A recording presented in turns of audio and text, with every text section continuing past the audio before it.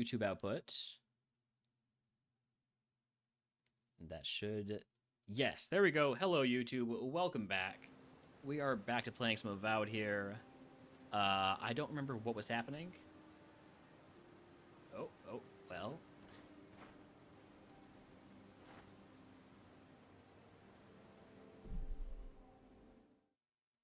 Let me also make sure I have the ability to see both of my chats.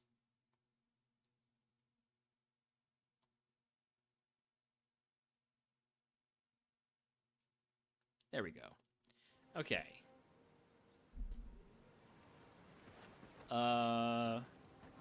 Right. What am I doing? Okay, so I'm focused on the bounties first. That'll just get me warmed up. Also, I still haven't found this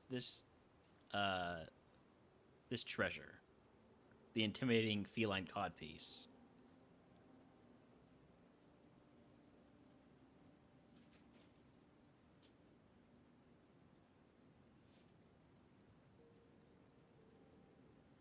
I'm sure we'll find it eventually. But this is such a sort of a nondescript area, as far as I can tell. There's a cave somewhere, and it's somewhere with cliffs. That's basically the whole place here. So how about instead we focus on hunting down some bandits?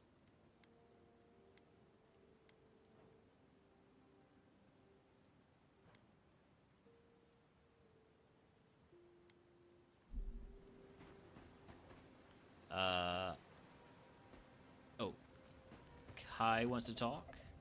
I'm sure you had your own reasons, but I'm glad you helped those two fugitives get to Thirdborn. I did do that. A lot of people in your position would have left them high and dry, or turned them in. Don't think much of adherence, do you? It's not that. Believe me, if the Rawatayan Empire had their embassy troops and paladin hirelings here, it wouldn't be any different. Not from what I saw in the Deadfire. I'm just glad to see people get a second chance.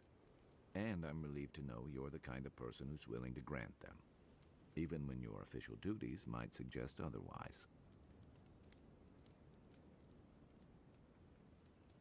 Got a lot to say about second chances?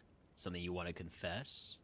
I've been told I snore, so I hope you don't exile me from camp. All right. I'll be here if you need me. Right, I got my new axe. I remember that. Got my grimoire. I've got my gun and my other grimoire. So let's head on out.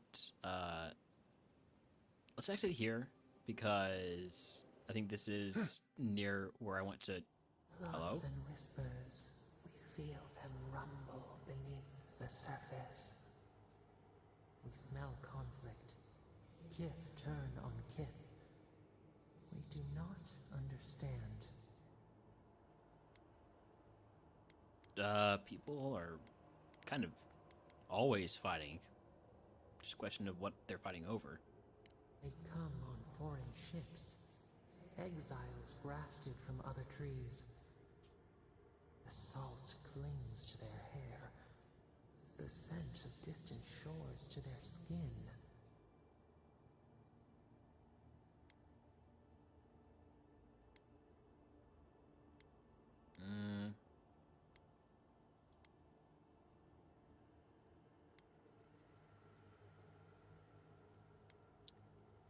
They're attracted to unconquered soil, I'd say. Flag planted on a hill. Why?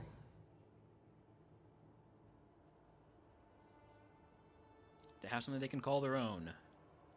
The serpent finds its shade. But the ground stirs. New roots seek to grow taller than the old. They bring banners, arrows, swords. What do they seek from us?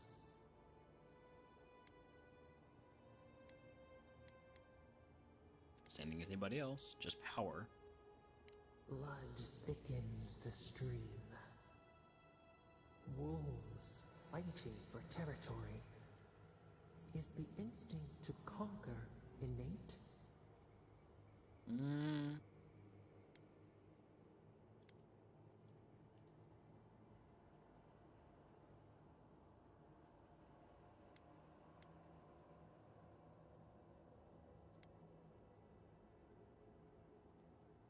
I'd like to think we're better than this, but they keep proving me wrong. Ivy spreads on the stone, a nature that cannot be tamed.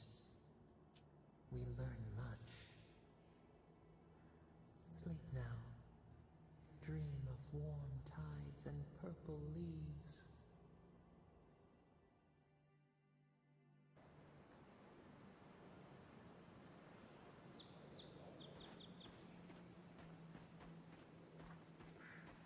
All right, so we are here. This is the strangled route. We don't want to be over there. What about? I wonder if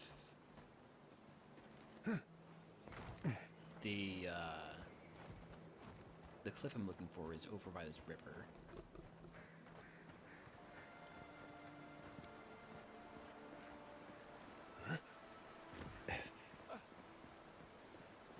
No, that doesn't look like it.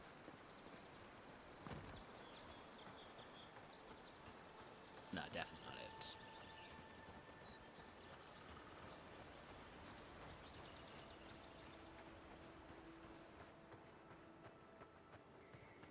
Maybe it's over on the east side.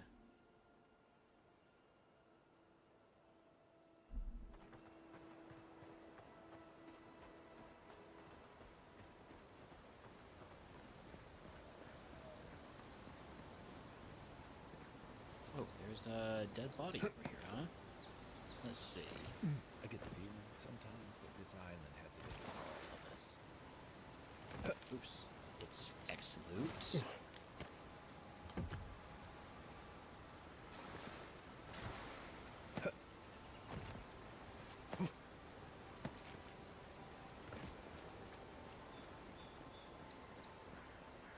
Wild Carcolin Jackman who wants to catch it.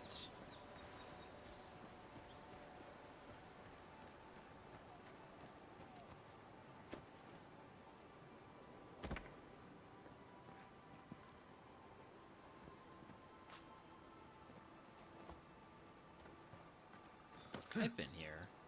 I definitely have been here. Although, have I been up here?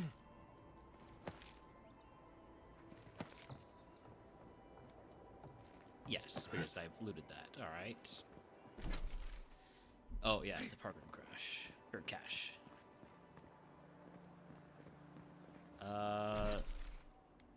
There's also the Athesian temple here.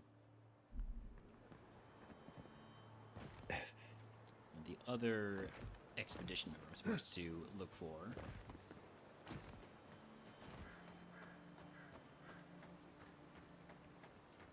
Is this their camp? Or is this the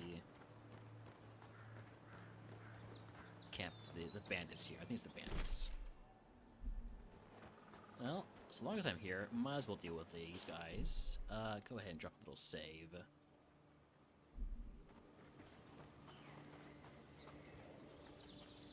These guys messed me up last time.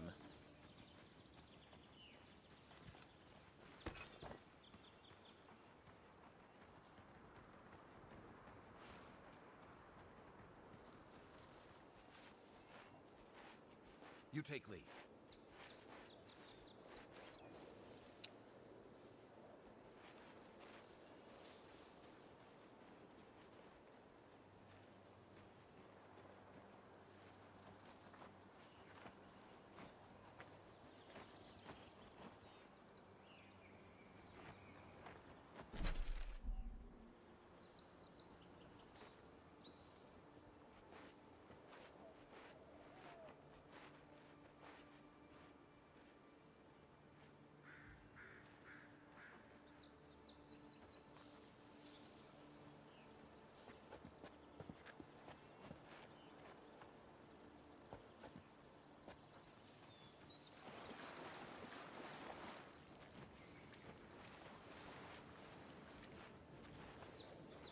They keep moving away from my good spots to kill them.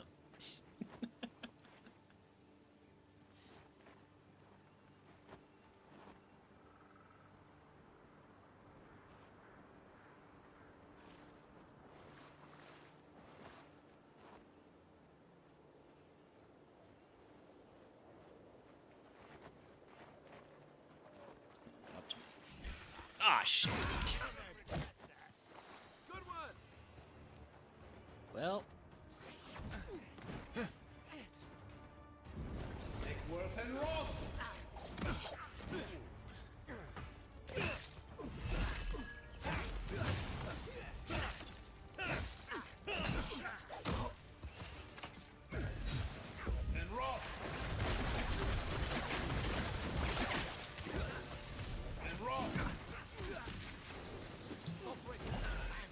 okay, not the boss.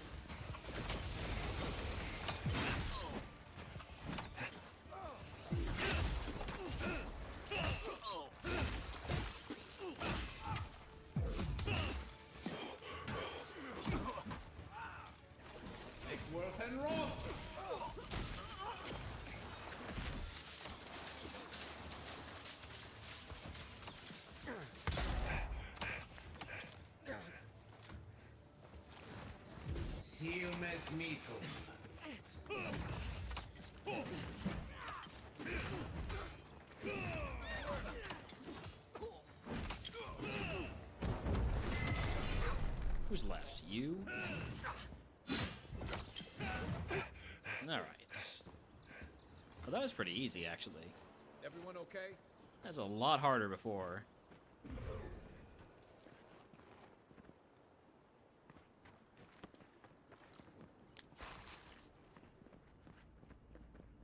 Any good loot here? No.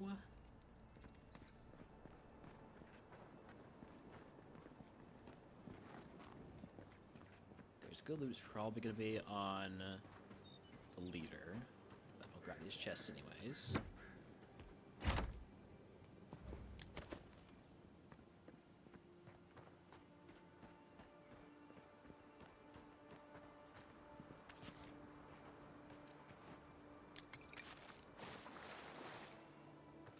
Ah, here he is. Octav's Azra's Tooth. Okay, that's just the quest item. Sheath and Summer. This is a dagger, I guess. Probably has fire damage. Yep.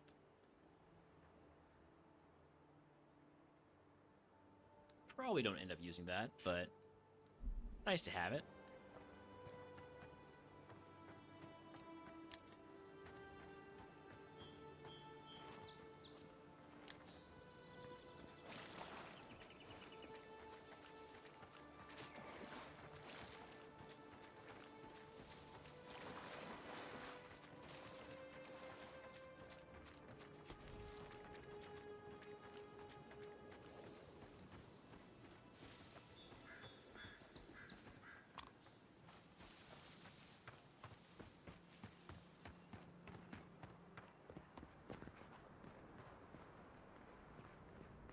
Anything else here?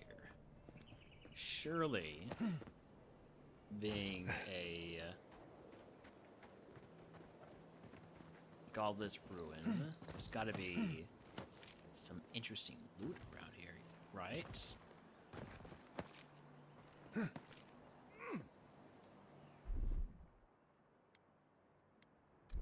Stand back.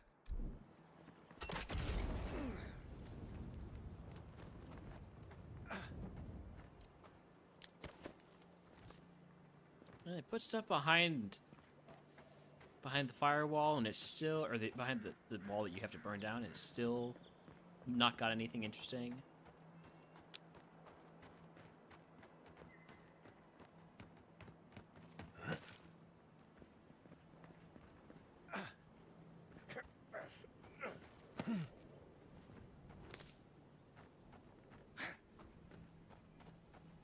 There should always be cool loot when you hide items, in my opinion.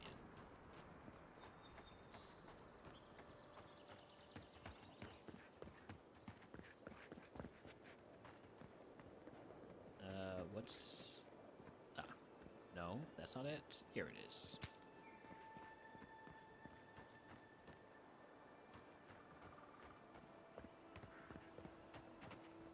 So where are we going here?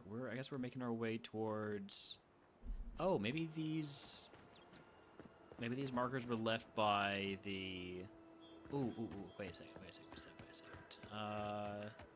Did I ever actually check that? No, it's the same camp, okay. I was thinking maybe these are left by the explorer, or the cartographer.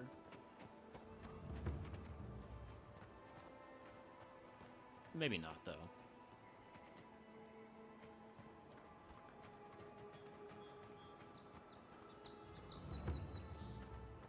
Ah, this is the Pilgrim's Path.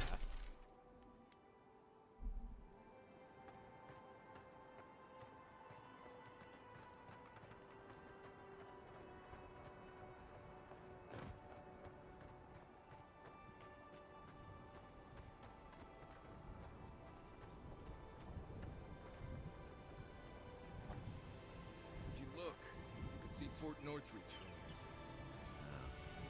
Too soon.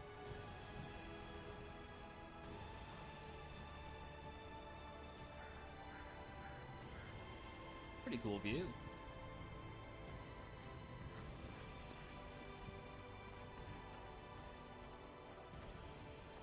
Now what do we have through here? I guess just showing there's an Adra over there. Oh, and we have people.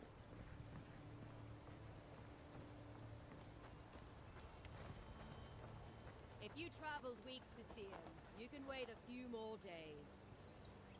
Kara, you would not be so glib if your family's souls were crying out to you for justice. Some crusty old priest isn't going to change that. The Temple of Aethys is closed. Ugh, I don't know why everyone in the Living Land suddenly wants to see the old kook in there, but it's not happening. Not today, anyway. Probably not tomorrow, either. Not with the way they're dawdling. Since when do you make the rules? Since I arrived with the big sword. So you say I need a bigger sword. The Oracle has one. Let me in and I will borrow it. I'm saying you need to go home because the goddamn temple is closed. Oh, this isn't the cartographer. This is the... Right. Okay. This is a different thing.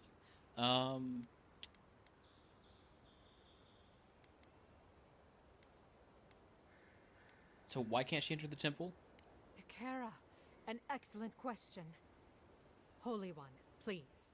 I say you must make her see reason. As I've told Kalya here, there's a venture underway inside.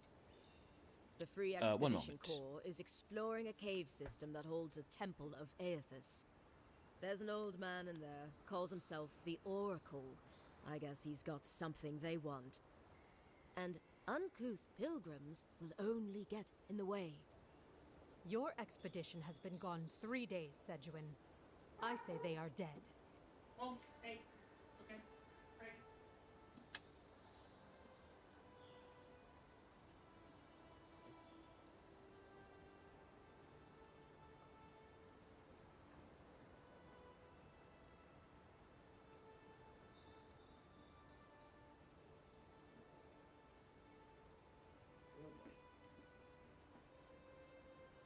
Sorry about that.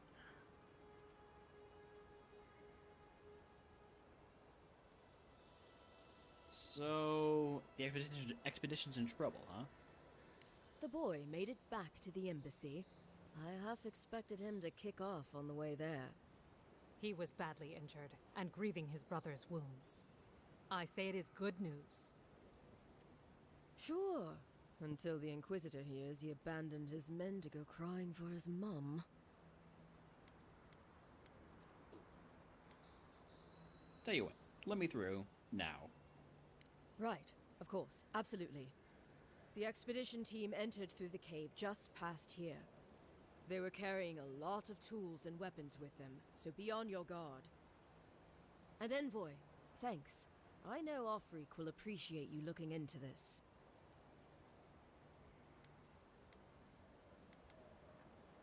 Yeah, okay.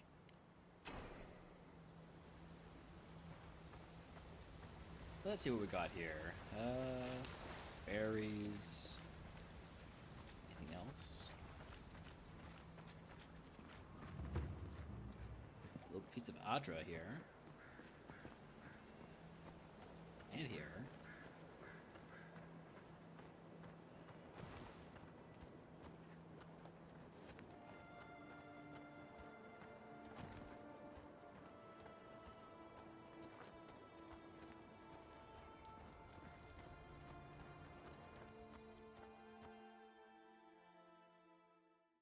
And a loading scene or loading screen.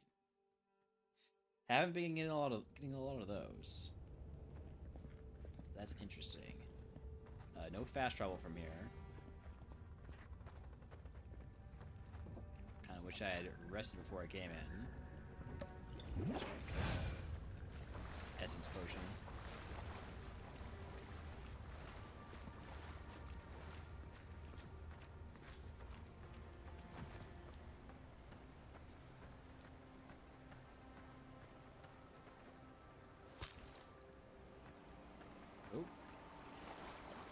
Found something. What is it? Are we almost done here? You want to maybe talk about it? Okay. Guess we're on the right track. Didn't even have time to finish their puzzle. Whatever they were looking for wasn't just treasure. Essence generators are mechanical devices that can be activated with shock damage. Okay.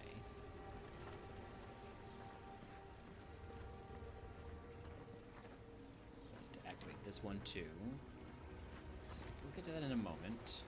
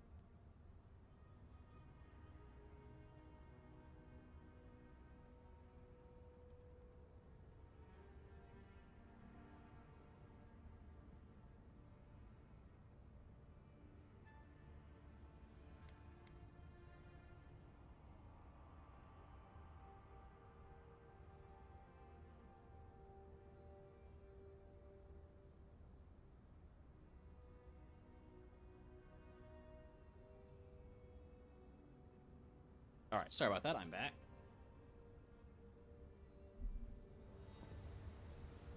Gods, never seen anything like it. Views like this remind me why I came to the Living Lands in the first place. Something stirs here. Something stirs here. Like, what?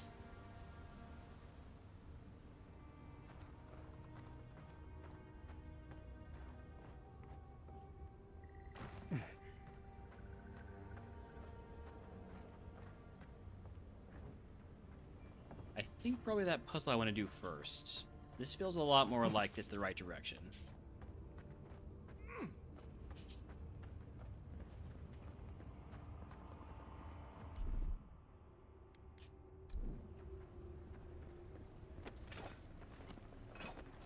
I can probably just shoot this with my pistol. That's it. Yeah. Doors open. Unseen, unheard. Ow!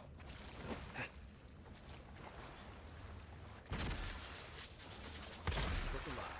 They've seen us.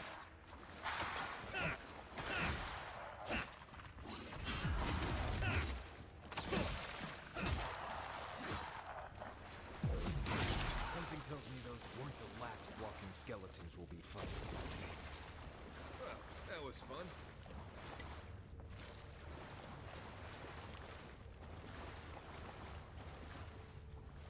Book of Verses.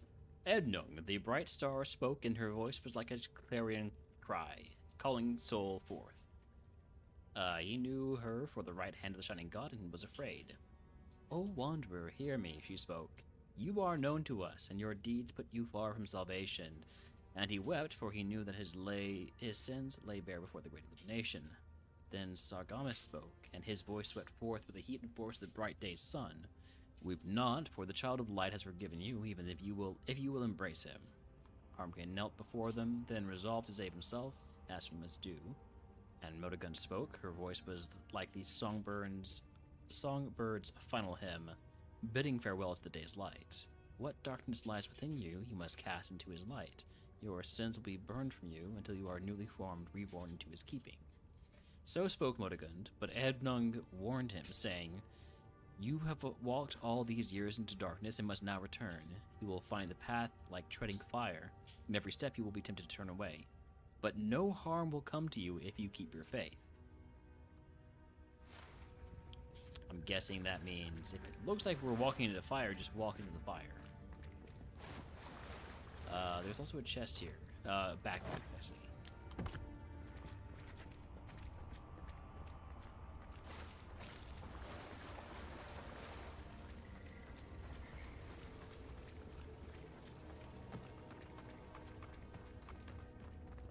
A lot of times a game will tell you something that seems like, hey, this is a metaphor, and then it's actually very specifically not a metaphor.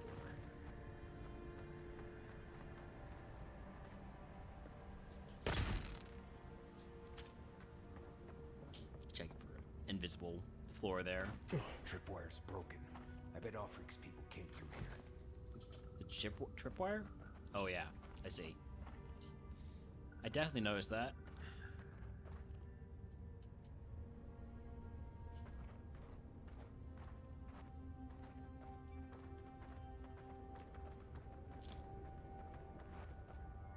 Hello.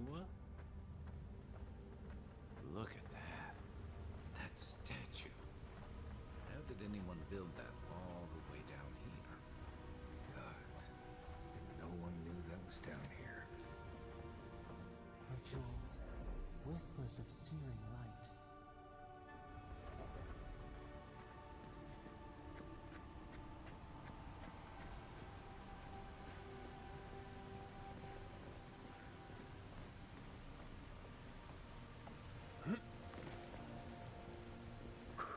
Zarps ahead.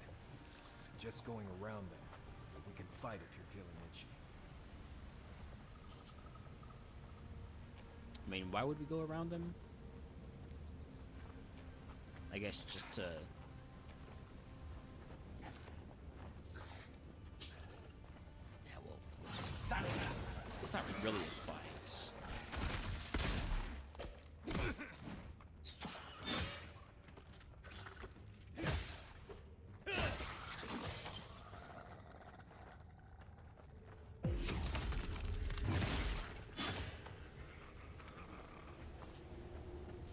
I think we're a little bit over-leveled. Who's counting? Or over-equipped. May have done this in the wrong order.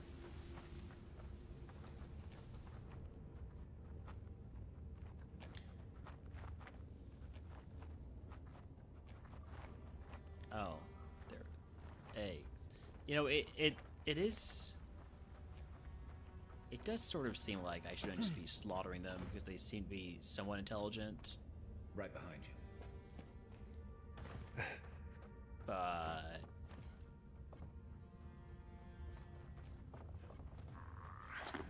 Another one down. they started it. I mean, they didn't. I guess they attacked me before I attacked any of them. Yeah, that's my story. That's that.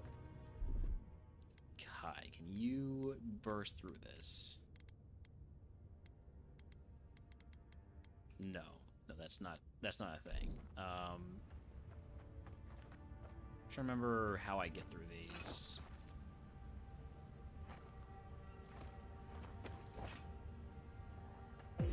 I know there's like a warrior charge ability.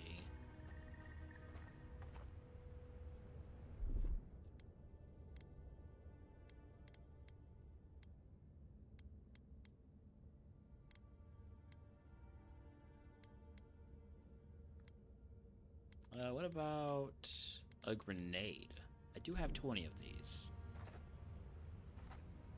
You might want to move, buddy.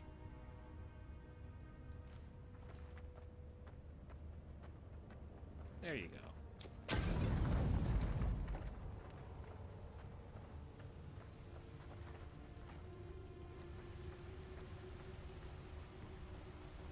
What?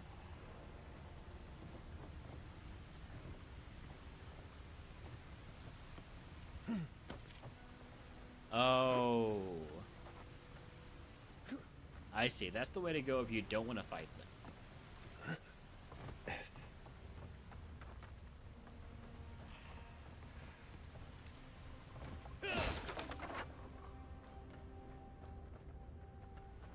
That's fine.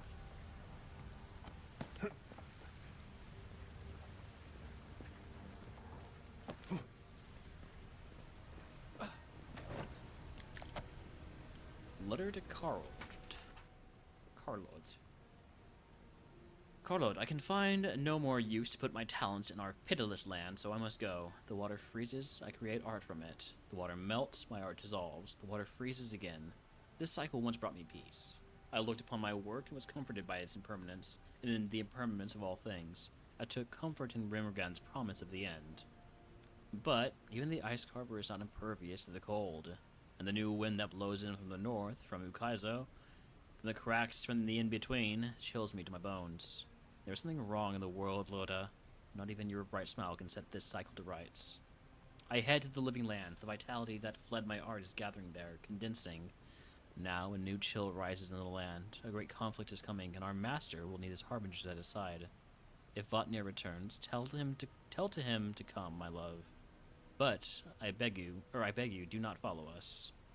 To serve our god most faithfully, I must believe you are still alive, Lexi.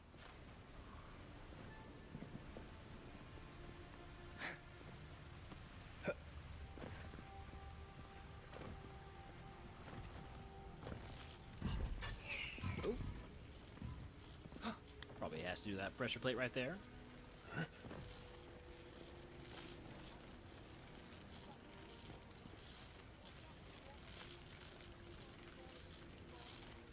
Hold it together, kid.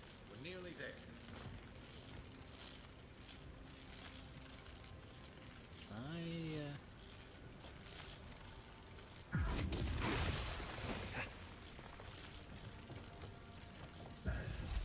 And roll!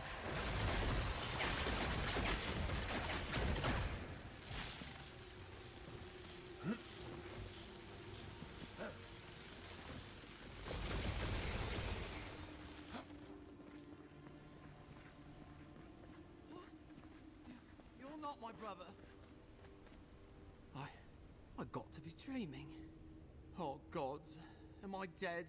Not yet. Is this the Beyond Spirit? Have you come to take me to Gallowayne's side? The kid's in bad shape, but he's not too far gone. I think we can help him. I'm not ready. I've never even touched a girl. It's not fair.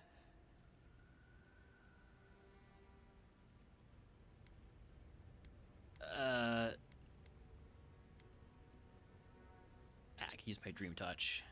Oh, that's the creepiest sensation I ever felt in my life. Like vines were growing all through me. If it works, don't question it. And look, your wounds are closing up already. Oh, wow. I feel leagues better.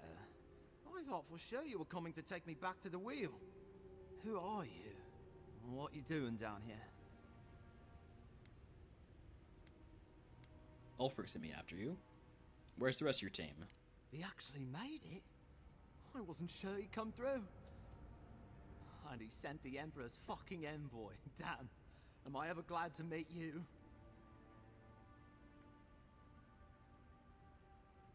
Line? Focus. The free expedition score. Where are they? Right. Those assholes.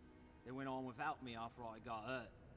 We'll come back for you once we've got the relic, Cadman, honest. Oh, shit.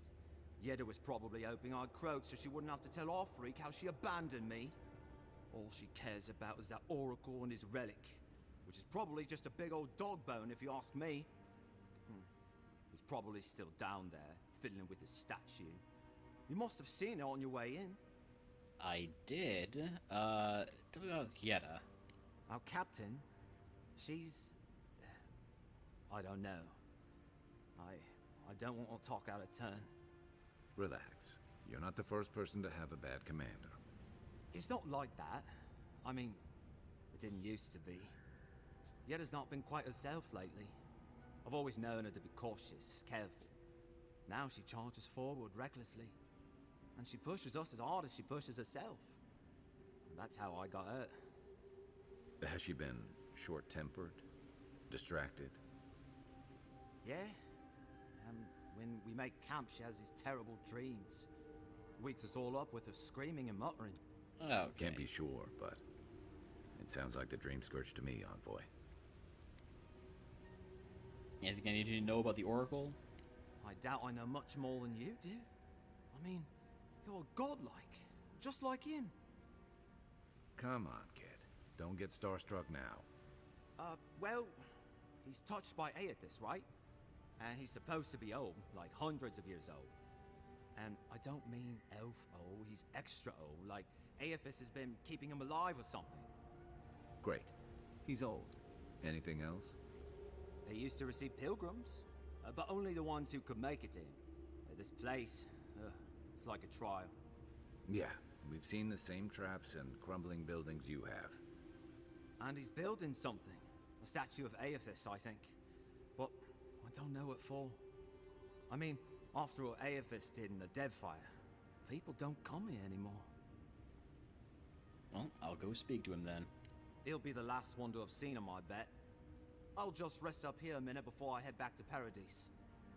Take it easy. No sense getting yourself into another scrape. Promise, I'll take it slow. Hey, Envoy, for what it's worth, I really thought I was gonna die down here. Yeah, you probably would have. It's a lucky thing you found me then. See you back in Paradise. Right, yeah. You got those assholes to save and everything. I hope they're better off than I was.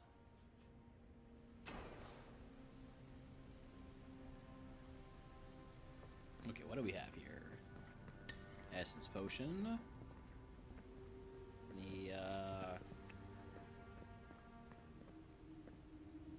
Any tasty lore?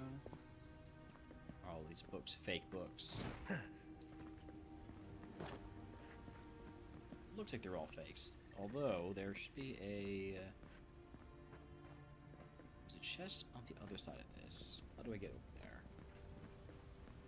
Probably through here. Seems like a good kid. Glad we could give him a hand. Maybe one of these girls will too. He's gonna have a hard time getting out of here, but at least we gave him a fighting chance.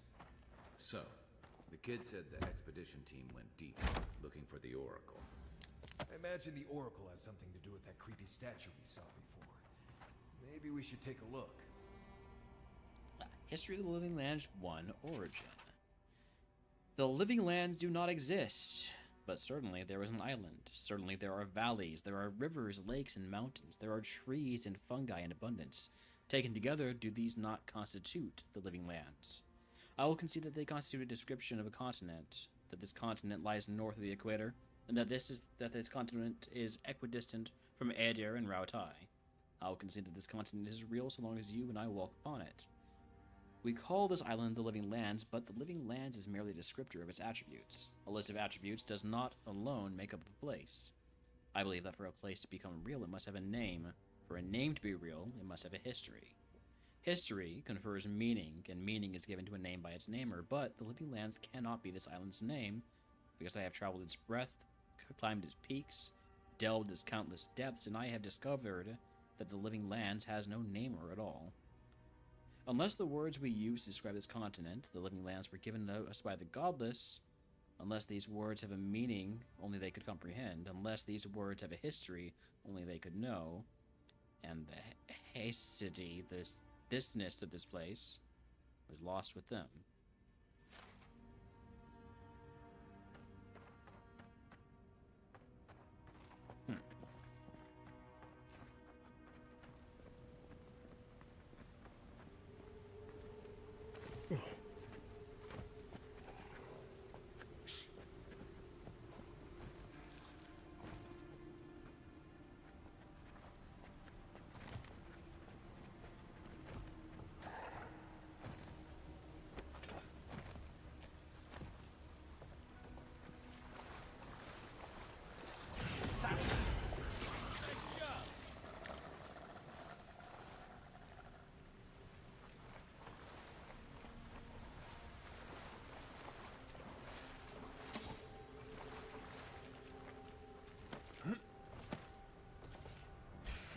Oh, you see me?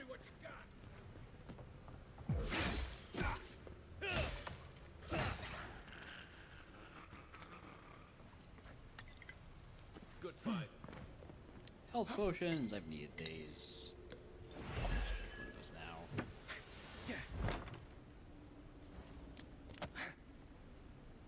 I do, of course, have ways to restore health through magic. I have my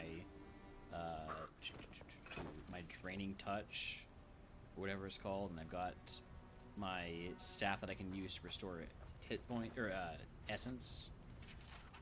Captain Shieta, the relic you seek is but one of many thorns in the rotten heart of this island, or this land. Claim it for Adir, and should its efficacy be confirmed, you will be appropriately rewarded.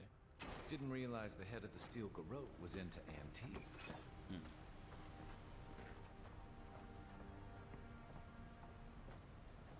I wonder if this is the place. Huh. I didn't.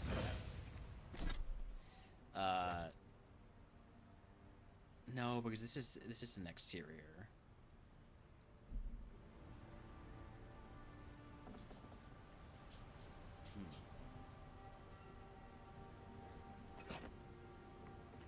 Someone's up ahead. Keep your eyes open. Is this the Oracle or one of the Adirans? My brother. Can it be? That would be an Oracle. Come, stand in the light. Let me look at you. It has been too long. I had feared I was the last of us, but you... Oh, the very sight of you is a balm for the soul. I am the Oracle Sargemus, servant of the once shining god, he whose light has lately dimmed. What brings you to this sacred space?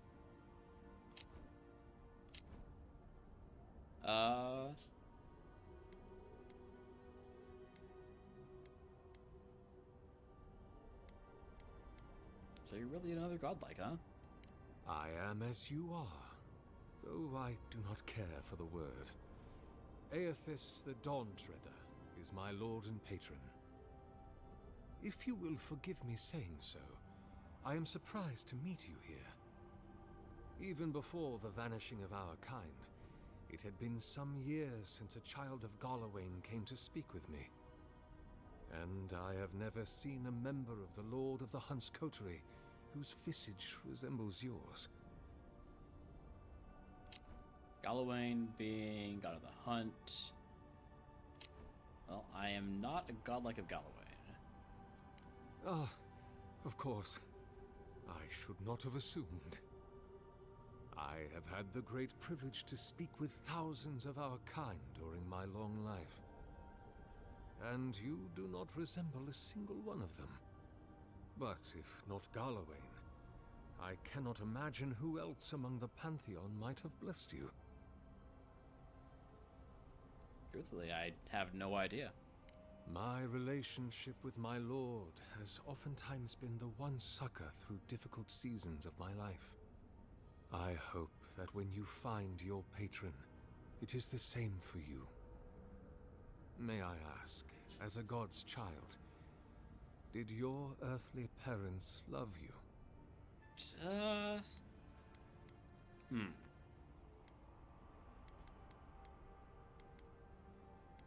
I think I frightened them. Yes, as it was with me. I have been hearing a voice in my head since I arrived on the island. Could that be my god?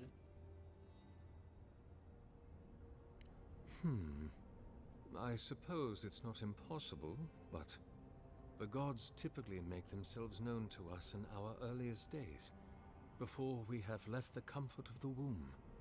They are present in our hearts and mind before, well, before we even have a notion of I at all. I am sorry. Yours is an unusual case. Tell me, this voice in your head, do you want it to be your god? Seems kind of lost.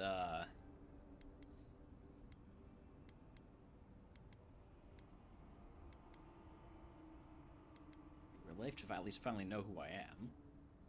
I am afraid that not even your god may tell you that. Answering that question is the soul's true purpose. It is the work of your life. And I suspect neither you nor I will ever know for certain. We can only remain open to curiosity and willing to be surprised. Well, it's not my god, I don't know what else it could be. Other than a symptom of madness, you mean? Yeah. You do not seem especially troubled. No more than any kith subject to life's uncertainties. As to what the voice is, if it is unlikely to be a god, I cannot say. It may be a particularly powerful soul attempting to control you, or the echoes of a past life. Perhaps it is the sending of an archmage, or some ancient construct of Engwithin make. Or it may just be the beginnings of the Dream Scourge. Whatever this voice is, I suspect only an expert in souls can say.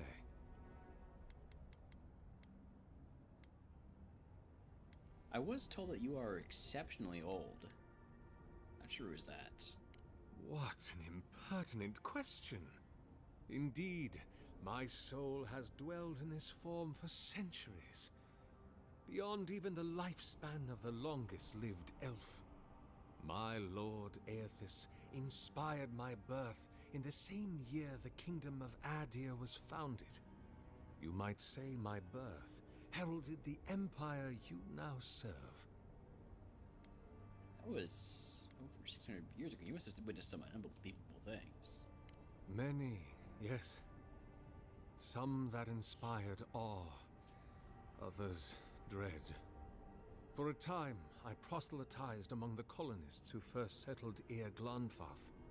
I held the door of my parish church against an onslaught of Glanfathan raiders, and I watched them fall prostrate before my light. I tended the wounded in the Broken Stone War, the War of Black Trees, the War of Defiance, and in many wars that were never given the dignity of a name, and since have been forgotten. I can hardly recall them anymore. That was over 600 years ago. About 630, yes. Give or take a decade. One does lose count. So you spent a long time in the Deerwood. What made you stay? The Deerwood has been a troubled place since the very moment of its inception. Conflicts erupted as regularly as spring flowers, to bloom and die as swiftly. So, there is always some dark corner in need of light, if you'll indulge me in the metaphor. Truthfully, I had been jailed for proselytizing in Colklin, and it was to the colonies I was exiled. So it was the Deerwood or death. I had nowhere else to go. Did you ever meet Saint Wedwin? Is that what they're calling him now? You don't even like him. I heard the man that was Widewin speak when he was but a farmer. He had a presence even then, furious, incandescent. It was astonishing, his power. I wonder, had my lord already made a home in his body by then? Did my lord share with Widewin his plans to wage a pointless, bloody war while wearing the poor man's face? What a grave injustice, to have your body stolen and be made into a saint. Tragic Widewin.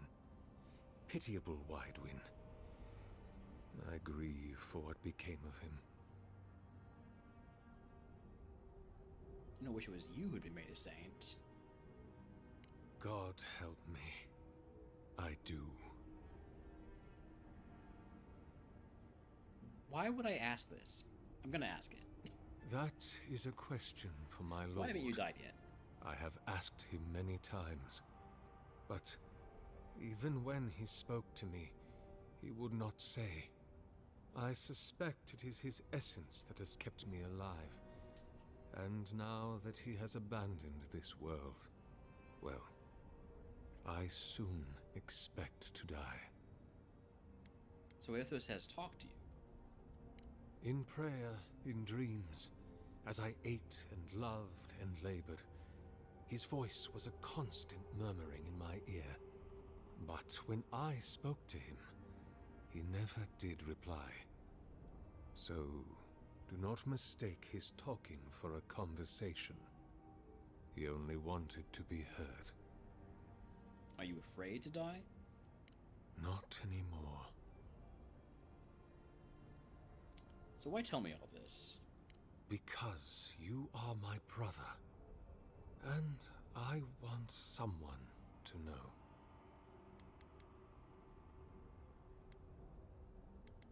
So you seem to be have the same name as one of the early figures in Aothesian scripture. Then Sargamus spoke, and his voice swept forth with the heat and force of the bright day's sun. Weep not, for the child of light has forgiveness even for you, if you will embrace him. I am that same Sargamus. I thought so. Though it has been some time since a man has knelt before me and begged absolution, as Harmka did. The people do not hold to the gods any longer, and they do not hold to their servants.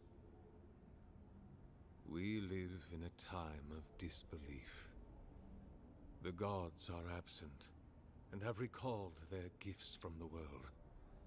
Avarice reigns. Acquisition is the faith to which all men bow. But perhaps there is hope.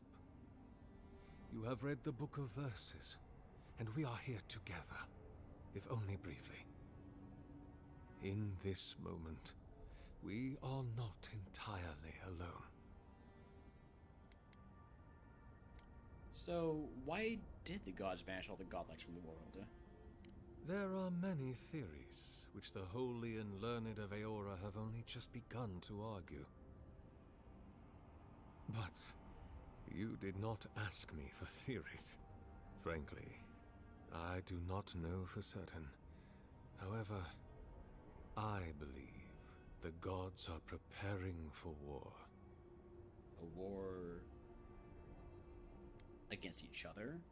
Or against us? A war of all against all. A struggle between destiny and design. Who yokes the soul of the world? Whose machinations turn the wheel? Who acts, and whom is acted upon? That is the ultimate power, brother. The only power there is.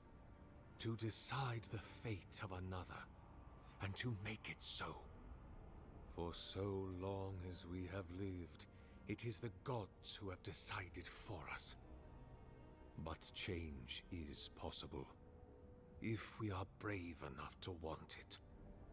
And Kith have lately grown very brave indeed.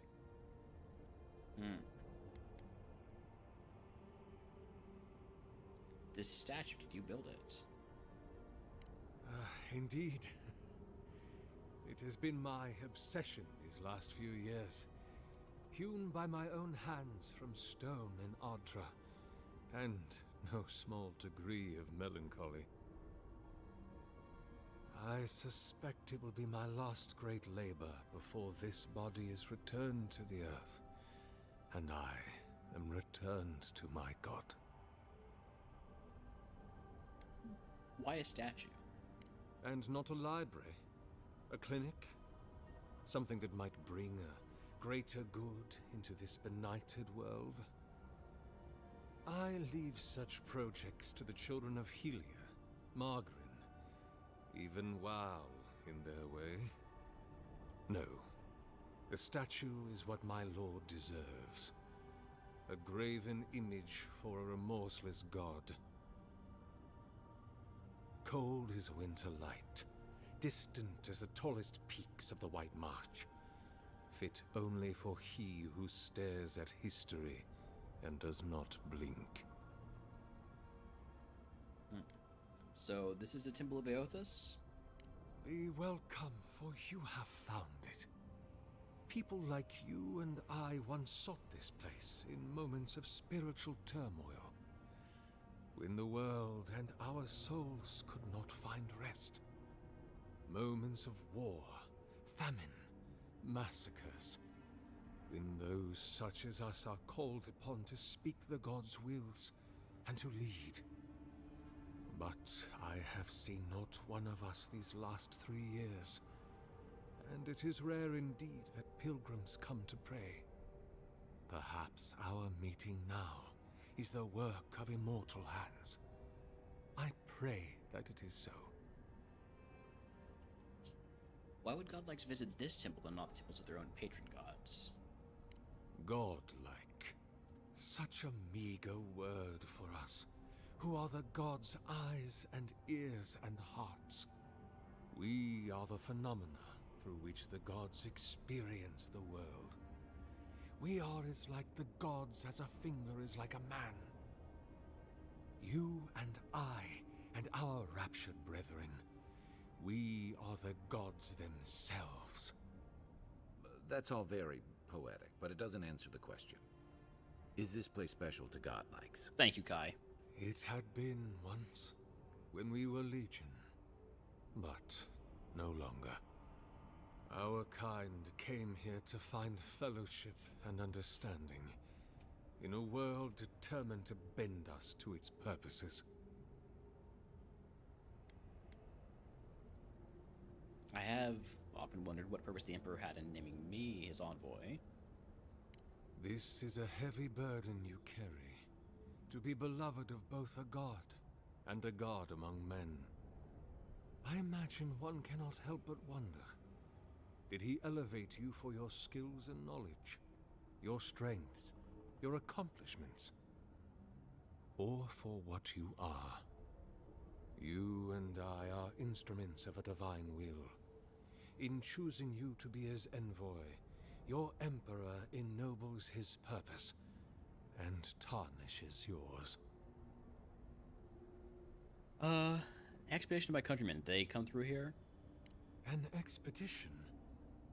I'm afraid I don't understand. Right. Maps, ropes, pitons, rugged boots, water for days, people down here looking for stuff. I am familiar with the concept, tomb raiding and the like. What troubles me is why they would come here. These ruins are not so different from the many others on this island, except that they are a good deal more treacherous. And this representation of Aethys we stand before, it is the work of my own hands. They could not hope to move it. Do you know what their purpose is here?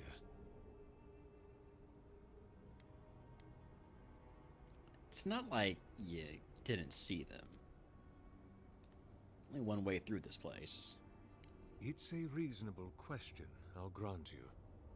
You must understand, this place has seen so few visitors for so long that I often retreat into my private quarters. To read, you understand, or pray, or sleep. Age has made me slow. I tire easily. I sleep now more hours than I wake. They could have already come and gone, and I would be none the wiser. In any case, you haven't told me what it was they searched for. Or do you not know? They were searching for a relic that you're rumored to keep here. Ah, the splinter of Aethys. I suppose it was too much to hope they were here to examine these exquisite ruins. Truly, it is their loss. What is this relic exactly? The splinter of Aethys is a sliver of shinbone from my lord's titan body. It was carved from his skeleton many centuries ago. Yet long after the gods left this mortal world to claim their dominion in the beyond, the splinter is infused with the very essence of my lord's power. To illuminate without fire, to heal without injury, and to speak without voice. So they might have gone to get it? Where is it? It rests in a shrine deep within this temple complex, beyond the reach of looters, visitors, or indeed, myself. The path to the relic has fallen to ruin. Some sections are flooded, and others are infested with all manner of creatures. Although, perhaps you might assist me with that. Right, here it comes. You see, this construction beside us is no mere statue, but a reliquary I have built to house the splinter of Aethys in its appropriate grandeur. It is nearly complete, and ready for the splinter to be interred. But I can no longer reach the relic on my own. Return it to me, and who knows, perhaps you will meet your expedition along the way.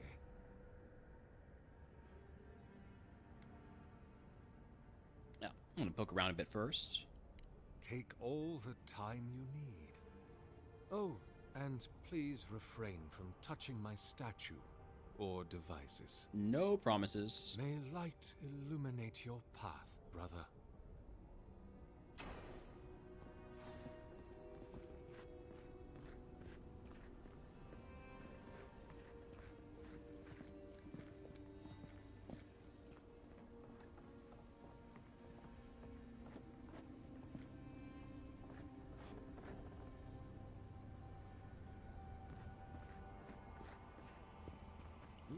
Letter to Sargamus. Sargamus, it has been some time since your last correspondence, and I do hope that you are still well. Have the material and spare equipment from my lab proven reliable? You know how temperamental and finicky old equipment gets. I swear these machines have souls of their own. But I digress. I look forward to hearing the latest news about your project. I have no doubt that the completion of your project will certainly change the world, and knowing you will certainly be for the better. That I had a part to play in that fills me with deep joy and satisfaction. Perhaps one day this will write about us. I can see it now, the Oracle and the Visionary, a titillating tale of two thinkers and their thoroughly thought-provoking theories. On secondary thought, perhaps simply the Oracle and the Visionary will suffice. Eagerly awaiting your response, your friend Vitor. P.S. It is good that I forgot to send this after I dried. Ulrask would be very cross with me if I did not relay once more that he is, and I quote, rather looking forward to giving Sargamus' oversized animat a proper thrashing if he ever gets it functional. Oh, that Ulrask. Until next time, my friend. I thought so. I thought that wasn't just going to be a statue. I thought that was going to be a big, giant robot.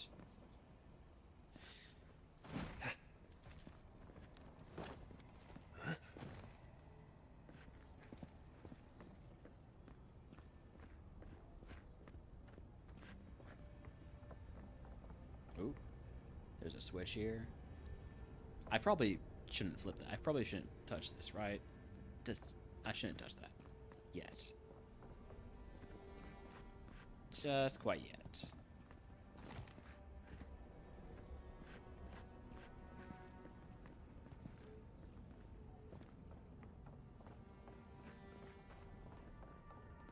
What do we have here?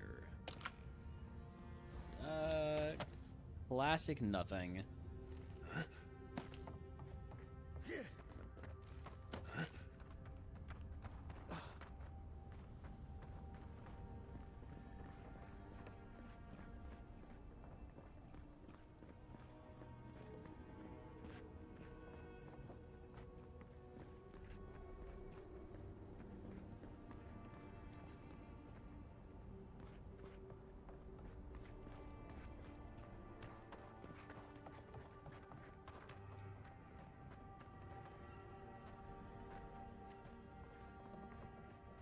Oh, this is an exit to Dawnshore.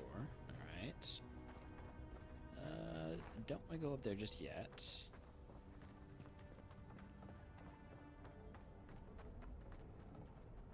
Oh.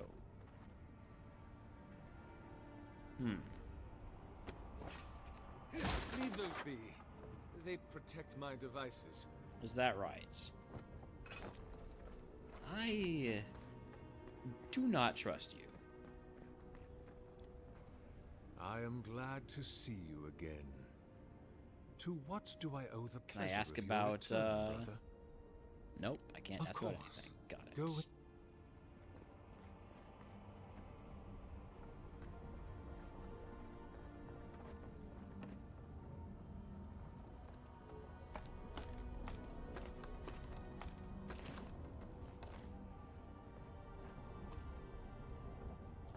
Yeah, okay. Sacrifice's journal. 2828 Prestu. That is too many diacritical marks. He is gone, but he is still with me. What form should a reliquary take that is fit to hold the splinter? Were I in a high crown still, I would petition the church for ivory, gems, and gold, for this remnant of his holy body is worth all the wealth of the empire and more. Being as I am sequestered here, I will make do instead with the wealth of the land. Granite from the tallest peaks, clay from the fertile riverbeds, and trunks from the most aged trees. I must work without ceasing until it is done. The memory of my lord cannot endure delay. 2828 Taretsu. He is beginning to take shape. I thought at first a sanctuary would be appropriate, a temple within this temple of the godless. But when I prayed over my plans for the building's construction, I received a vision of Aothis' Titan as it existed in his time. A body of strange flesh and bone, hundreds of feet tall, astride the land with the Pantheon at his side, facing down the forces of chaos, like 11 colossal ships of the line.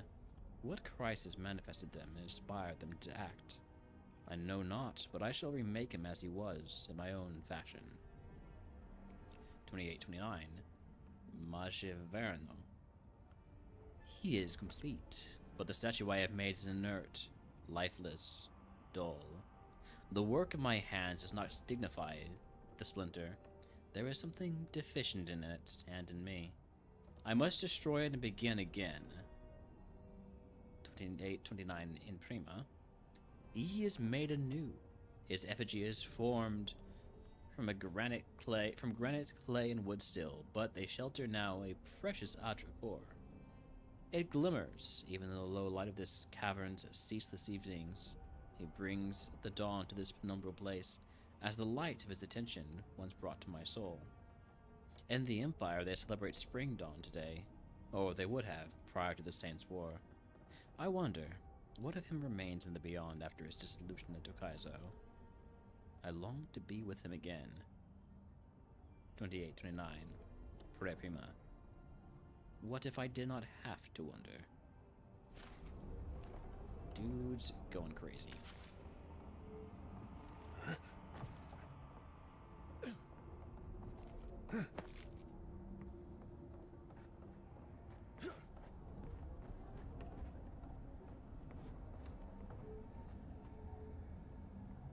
Hello.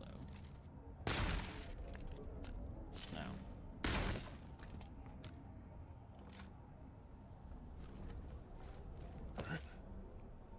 Why has he got an axe on his head? Oh, his crown is made of axes and swords, I see. Hi, buddy. What's up down there?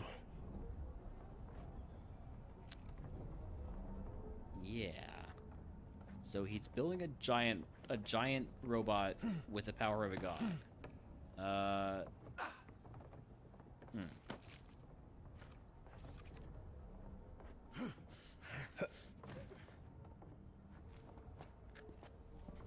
Careful, please. Oops, my bad. I didn't mean to do that. Just a little bit curious. Just a little bit curious. Ooh, reminder. Source fresh lumber. Niall seems only to be able to source rotten lumber, and the contemptible stuff cannot withstand the damp of this cavern. I must find someone who can fell and hew fresh trees, or my fragile generators will be at the mercy of the Zarups. The little bastards are remarkably curious.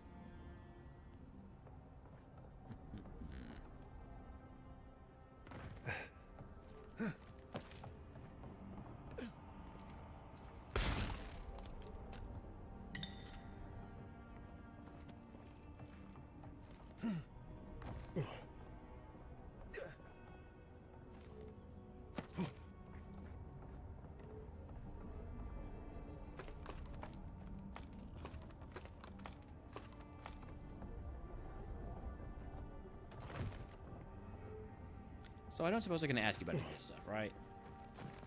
I am to what? Nope. Alright. Of course. Go. Well, I'm looking forward to finding the giant robot.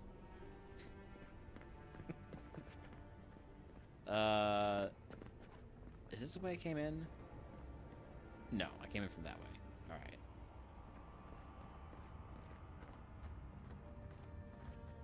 Before, I'm just gonna...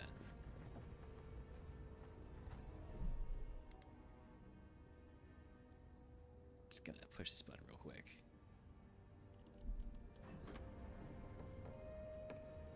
Okay, nothing happened. That's fine. But out of curiosity, if I were to say... Let's see. Where were the...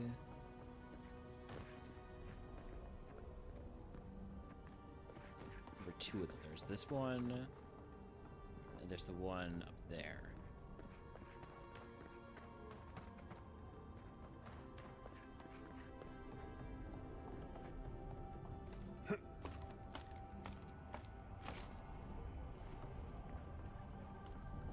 I'm just curious what happens if I say... Don't touch the generators.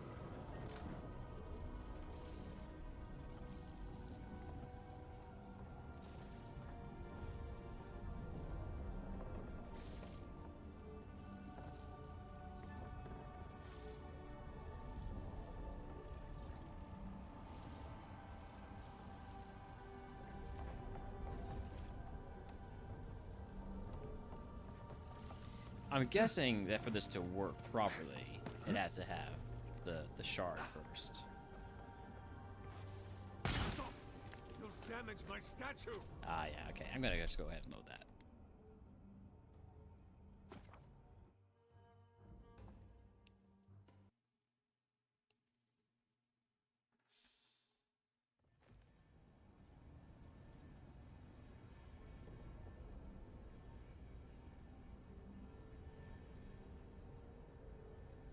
I was just a little bit curious.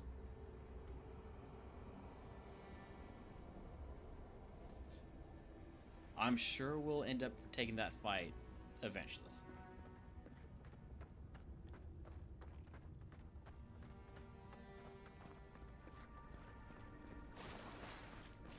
I guess that's Skyrim door.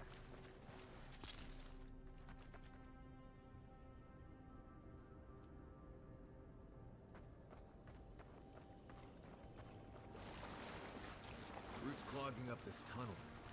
Almost like they're reaching for something. I see light. I think we can swim. Well, I hope you're right.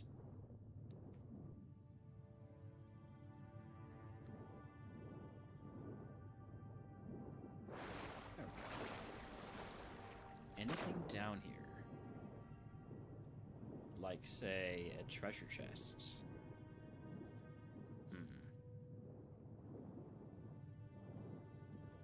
Not that I can get you from here.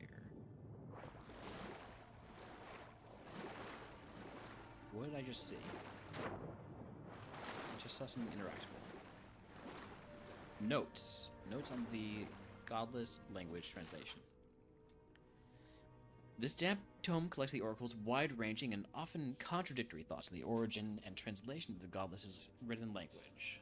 His musings range across the page at odd angles, at times carefully considered, others dashed off. Improvisational, inspired. Arrows loop across the pages to stab at phrases, and dates are circled and underlined with such ferocity the parchment tears. Given the book's length and density, it would appear the Oracle labored over the mysteries of the godless for several years before ultimately turning its attention elsewhere. A small sample reads, "The godless wrote, that much is clear, but their tablets are nevertheless maddeningly rare. What few I find in the ruins appear to have been crushed, and their rooms that look as though they were intended to house great libraries are left utterly bare. When I do find something of interest, it is rarely intact. The godless came to these lands centuries ago, and some degradation in their tablets is to be expected, such as the nature of hand-shaped and fired clay. But they couldn't have been in the living lands for more than 2,000 years. I feel a mind at work here. Someone, or several someones, must have sought their writing out and destroyed it. Which makes the possibility of translating the script only appear even more remote. The structures of their sentences shifted wildly across decades. Or else, I understand even less of the grammar than I thought. But, my God, tell me, what inspires a culture to suddenly shift from subject-object-verb to subject-verb-object? Or to case their nouns and then, as if by fiat, to not? I feel that at least a shadow of an answer must lie in the one complete tablet in my possession, and in a word that appears in every fragment I find. In Witan.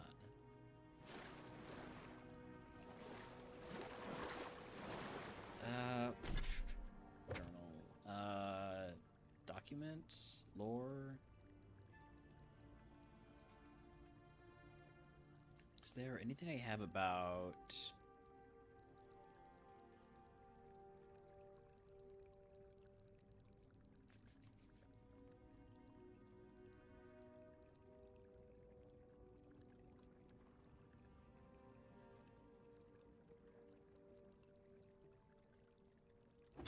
No. What about quest info?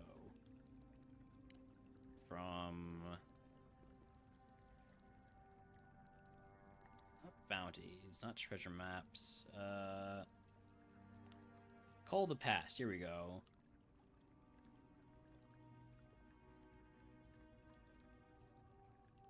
I wish I could see more info from that one. Alright, whatever.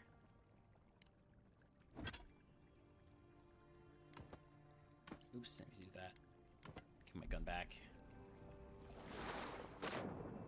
So I can't get there until I go through on the other side, so let's go ahead and emerge and climb up here.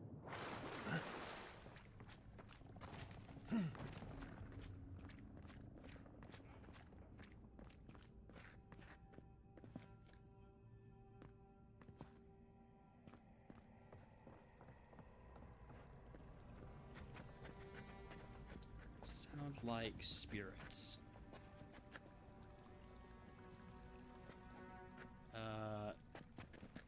Do I have to jump over there or climb through here? Yeah, climb through here. Throw a grenade.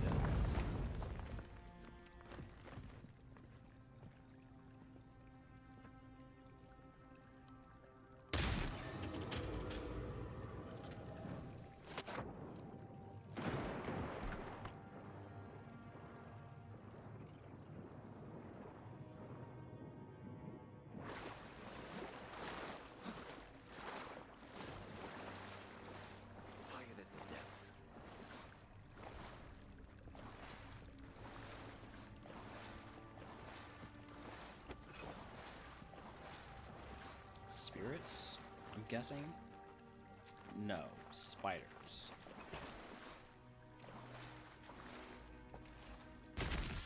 Should be easy enough to deal with, though. One for you!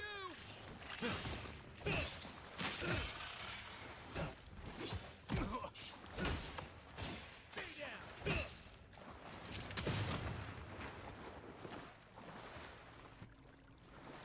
Everybody all right?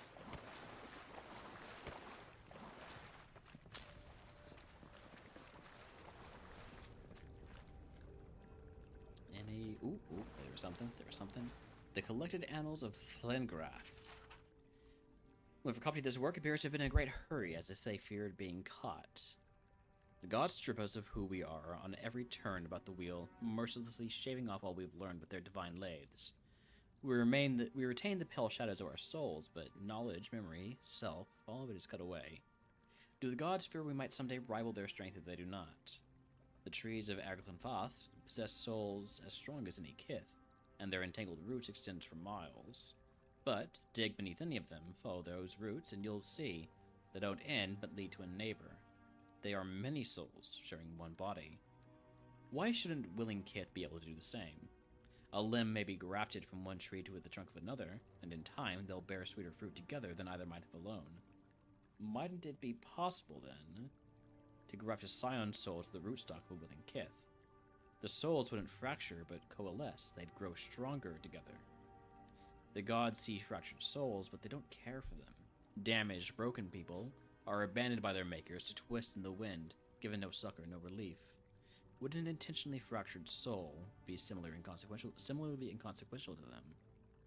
I will use their apathy against them. I will make their disdain serve me. A grafted soul is obscured from the sight of the gods. It spreads freely like a blood fever, but doesn't kill its host. No, that will be a fever of the spirit, invisible, unstoppable, eternal.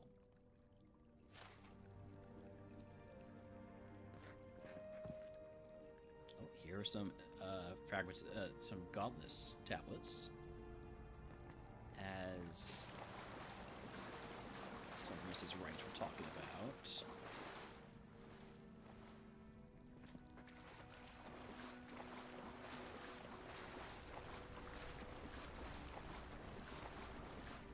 True stories from the living lands. Only the hardiest of explorers would dare take the long, dangerous trek to the living lands.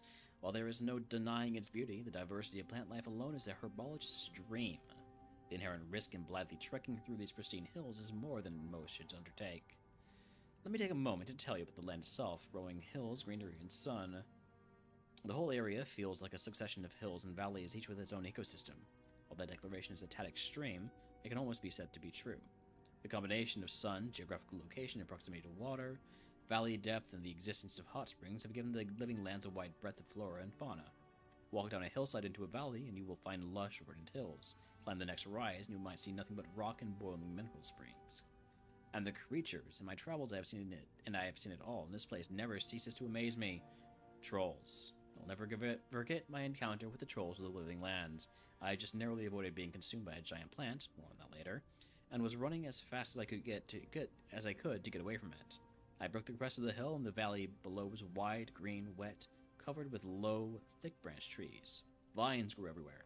Between the trees, across the tops of them, down to the ground, it was a mess of vine and green. Cautiously, I worked my way down towards the basin, keeping an eye out for anything suspicious, and it's a good thing I did so.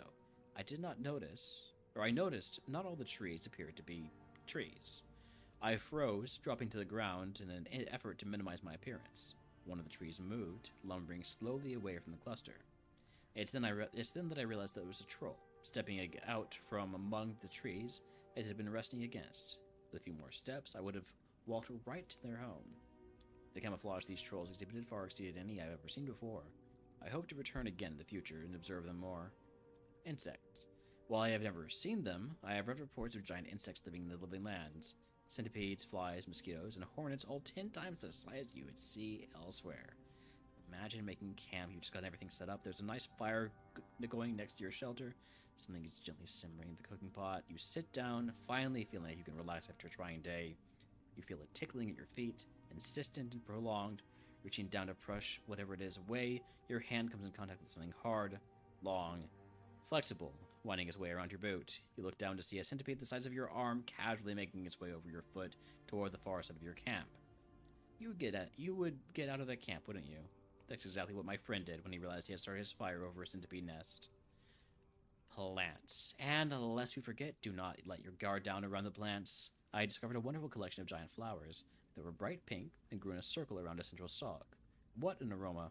I like the words to describe how delectable it was. Sweet, fruity, and light with just a hint of something tangy. Looking closer, I saw some berries growing on the stalk in the center of the flowers. Well, I just had to have them. So I started pushing my way through the flowers. Then the vines growing around the base of the plant began to twitch, and the blooms turned towards me.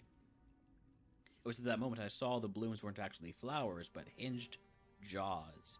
I had been fooled by its camouflage. I quickly retreated, pushing my way out just in time. The blooms slammed shut. If I had been still standing there, trying in vain to reach the berries, I wouldn't be writing this book today. And we would all be the better for it. Backpack.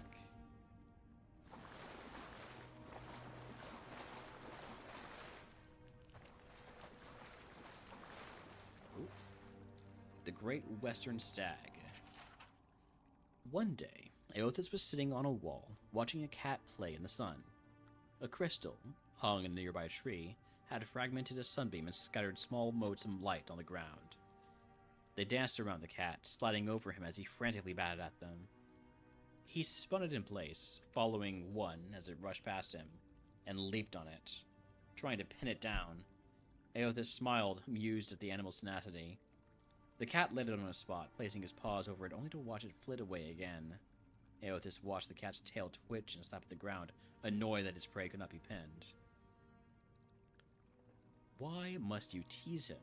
a voice said from behind him, accompanied by the crunch of sandals on gravel. "I merely bring the dawn," Aothas replied. "I don't stoke the hunter's heart. That's your responsibility, isn't it?"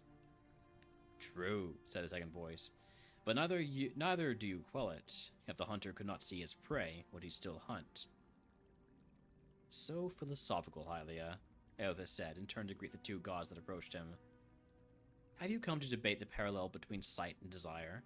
He gestured to the wall, inviting Hylia and Galloway to join him. They sat in silence, watching the cat who continued to hunt the sun, fruitlessly swatting at another mote and then rolling onto his back. "I have created the ultimate prey," Aothas said finally, breaking the silence. "It can be tracked, it can be followed, it can be seen. But it can never be caught." Galloway laughed lightly. "You don't agree, Galloway?" Aothas asked.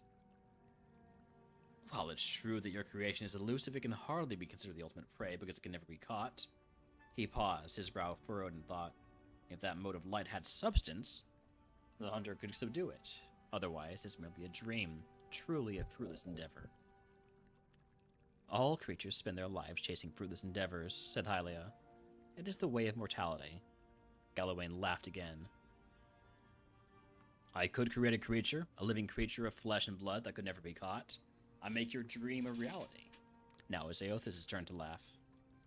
"You propose turning a fruitless dream into a fruitless reality. How is this any better?" "A life spent in pursuit of an attainable goal far exceeds any other." "But you just said no one could catch this creature. This is not attainable." Galloway smiled. "Humanity has surprised us before, and yet it could surprise us again. I will create a great white stag, and I will set it free in the world. It will have grace, resilience, and tenacity. It will exist solely to be pursued for all its days, and it will never be caught. It will serve to inspire the hunt for generations to come. All those who wish for glory will invoke my name. All those who hear its story will ask for my blessing in finding it." Hylia shook her head and threw Galloway a bemused look. "I do not believe this is possible, so I too make an offer. To the person who catches the stag, and they will catch the stag, I will bestow upon them its grace, resilience, and tenacity. Thrice blessed they will be. They will ask for my blessing on the hunt, so they can attain my boon." Galloway and Hylia took up arguing whose name would be invoked more when the hunt was on. Aothas sighed, a small smile playing at the edges of his mouth. He stood and looked to the sky. The sun had already started to hide itself behind the mountains. The cat, long ago tired of stalking the moats, had fallen asleep beneath a tree. He turned and looked at the other gods, deep in debate, and sighed again. I merely bring the dawn, he repeated, as he made his way down the path. It is up to you to see what I reveal.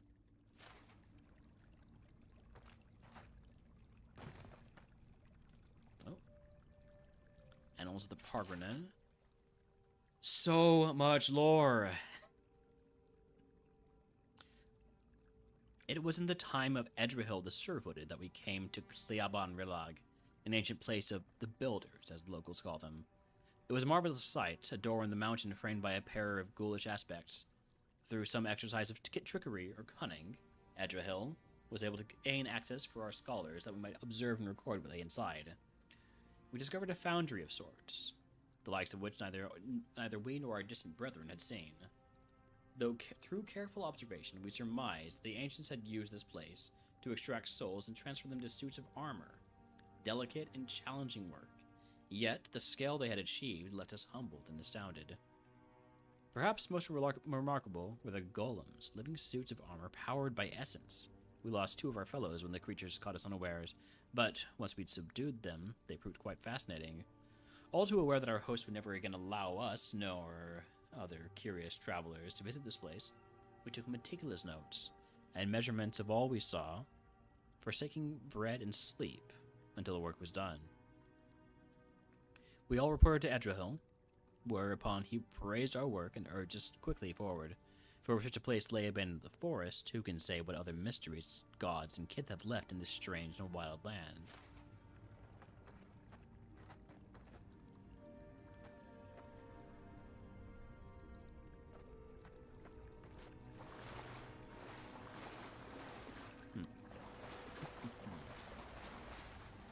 Any other books?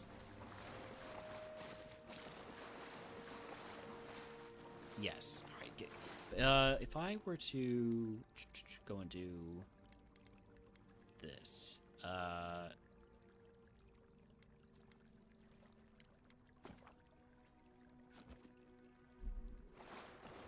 no, that is not going to show.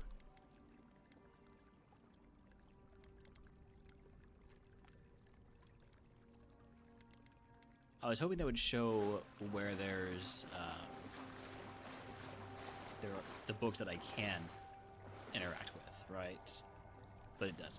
So, also, this all seems to be going towards the same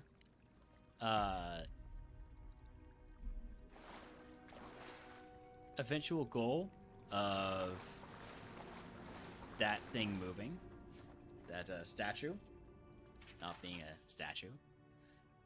Mention the name Pangram to anyone without even passing knowledge of animacy. You could find yourself in a very long discussion, publicly reviled but privately lauded as a hero and genius. Pangram's history, as it turns, is at turns revolutionary, horrific, and mysterious.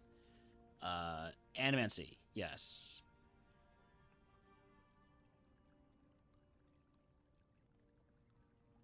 He discovered a way to fix a soul, anchoring it to its body so they couldn't leave at death. He discovered eternal life.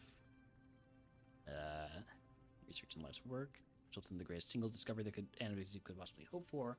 His findings were published and quickly spread through Vylia and beyond. Wodica obviously hates animancy.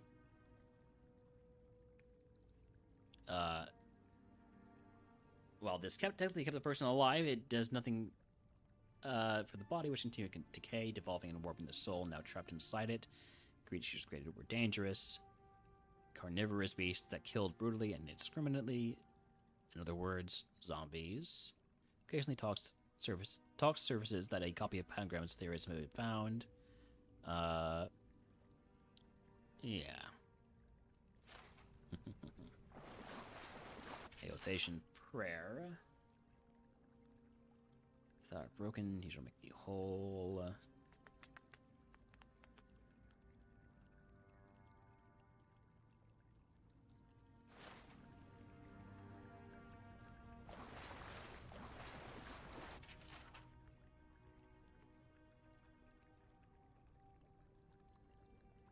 So, he was in the Deerwood for a while. And in the Deerwood, there was still lots of animancy. The forbidden ruins of Arglanfath.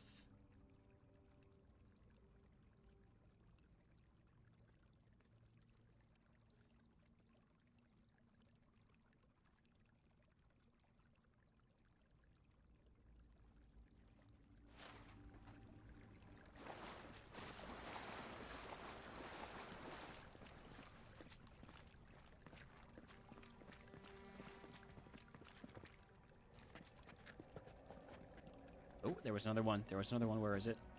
On the Fireforged path, the travels of Yarick Iltan. Fully more rat and dog here than the other. Born and raised in Magranite.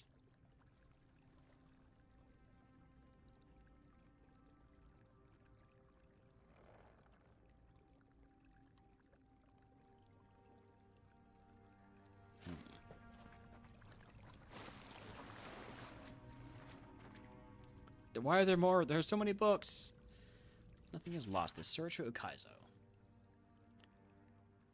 So this has to do with the Deadfire. Excerpted from the collected journals of OneUps Wave Cacher. The Ranga's men came to collect my portion of the prize shared this morning, and I had nothing to give them again. Lost City of Ukaizo. They burned to ash in the Cataclysm. Perhaps it's lost and wandering like me. So to give up, but how can I? Someone has to chase the old tales, so I will.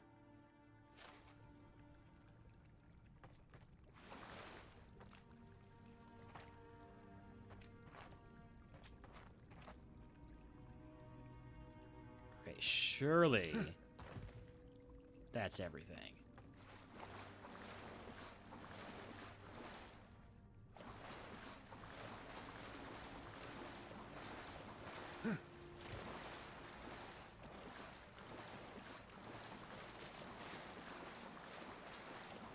You know, until the next room full of books.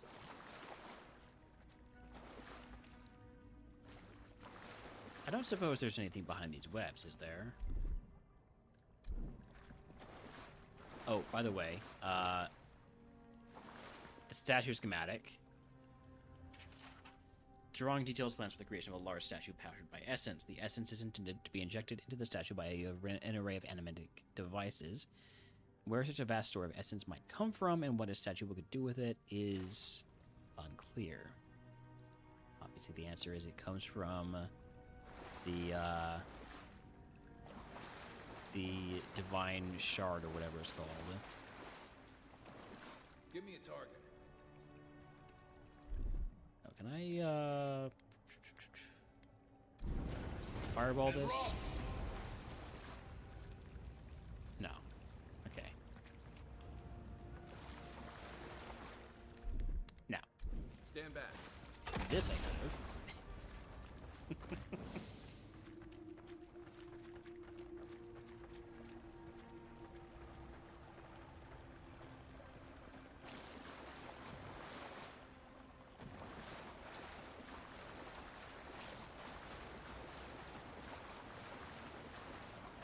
6 years in Gone Shore, and I never knew something this big was under our feet the whole time.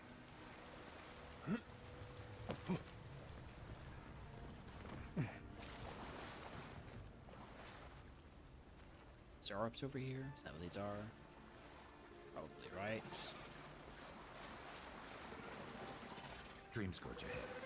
I hate to think it reaches all the way down here. Thorns beside violets, essence twisted out of shape.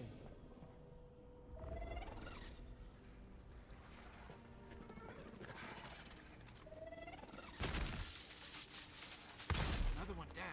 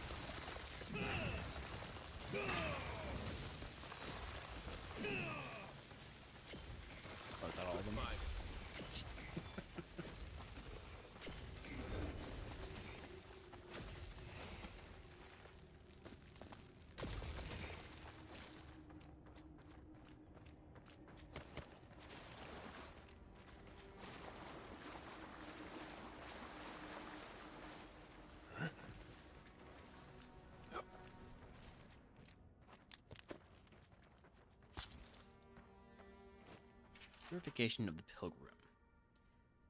I hoped that in coming to this place, standing before the splinter and turning my mind to prayer, that I would feel something, that I would experience the solace the other godlike speak of, this state that they call grace. But my dreams remain as silent as this eerie godless tomb, and I am ashamed to feel so lonesome and bereft. To truly love the gods is to be faithful to the void. That is what the oracle tells me. If I look outside of myself, to the here and now, for that which I desire, I will always remain unsatisfied. I must go down into myself, into the still, wide emptiness, to discover that I already have everything I need. The many voices of wail that I wish for, the many voices of wail I wish would whisper in my ear, even had I heard them, they would not be evidence of their love. That evidence persists already in my soul, in the void to which I have not been true. And it is from the moment they plucked my soul from the wheel and gave it to my body to be born. It is the chime. The chime is the evidence of their love. And it is all that I ever have of them. And if it is all that I ever have of them, then I should fall to my knees in gratitude, for it is more than most kith will get. But to know the solace that I seek, then I must give up my desire for their love and learn to love the void.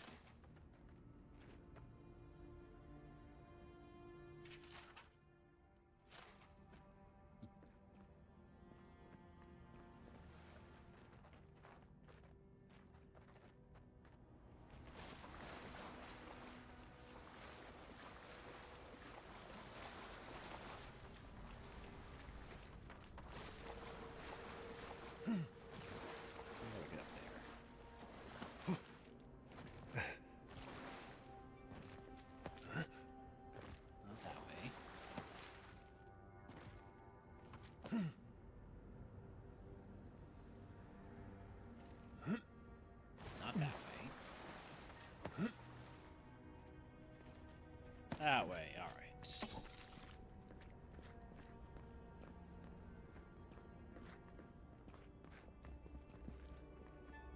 Repose, a pulse beating out of time. Should it be disturbed? Consecration prayer. With this leaving of his precious body, we commemorate our most glorious God with all his saints. Let us commend ourselves and one another and our whole life to Eothas, the Dawn Treader. For this holy house and those who enter it with faith, reverence, and the fear of our God, we consecrate this temple in his name. Eothas, have mercy on our souls. So that seems like the right way to go. So, what about the wrong way? Hello.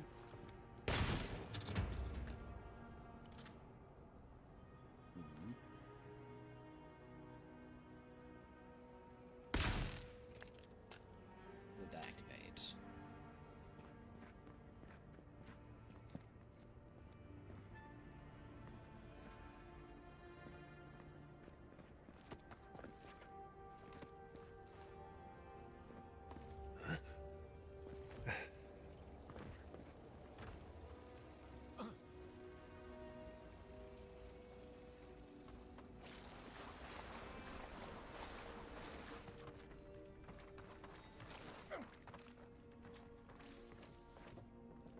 Don't suppose you can burn this down, no?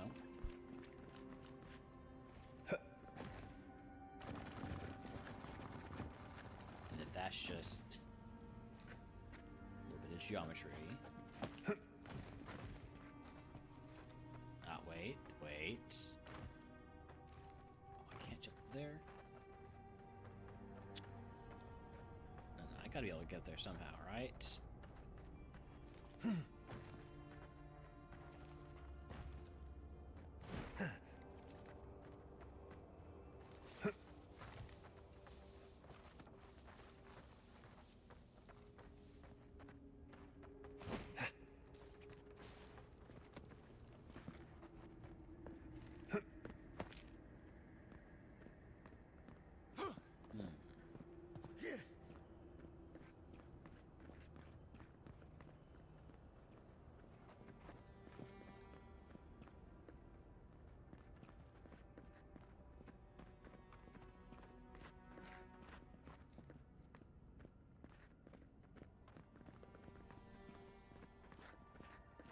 If it weren't for the creepy oracle and the invading roots, place would be kind of nice. It wasn't that creepy.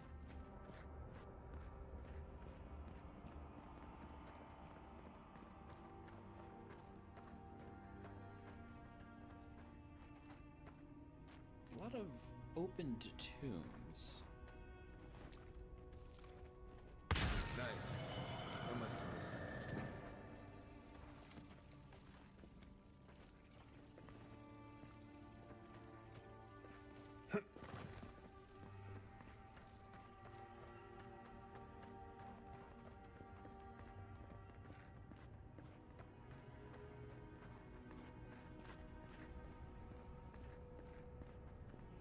Hello.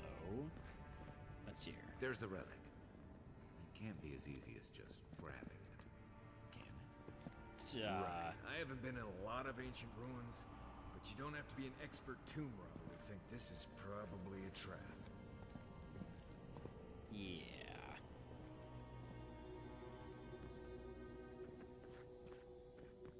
Let's hold off on that just a moment. Can't open that door.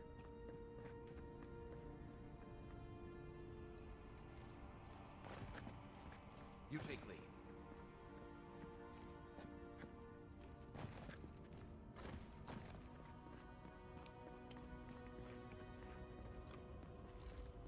That must have opened something.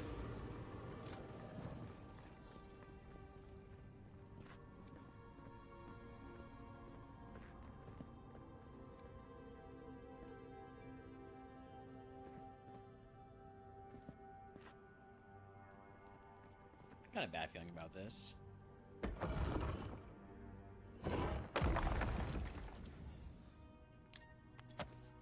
Really? That's it? I was expecting like quest items at least.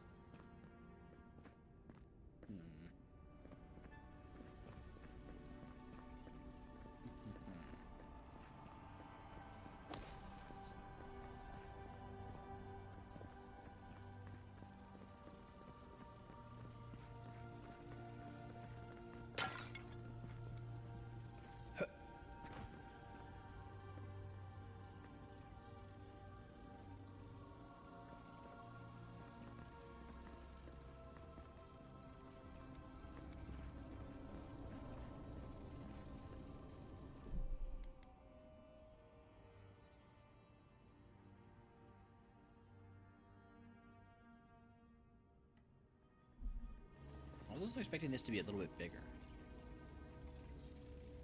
No offense to Eothas or... Hello, wait, what's this way? What's this way?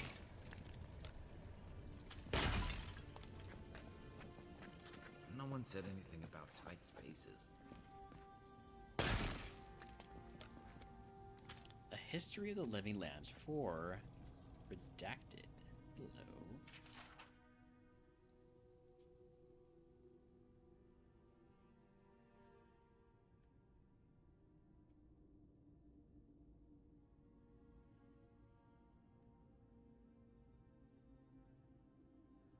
Every page of this book has been painted black except for the very last, which features a large drawing of an unusually ornate key, and a note written in the runes of an unknown language.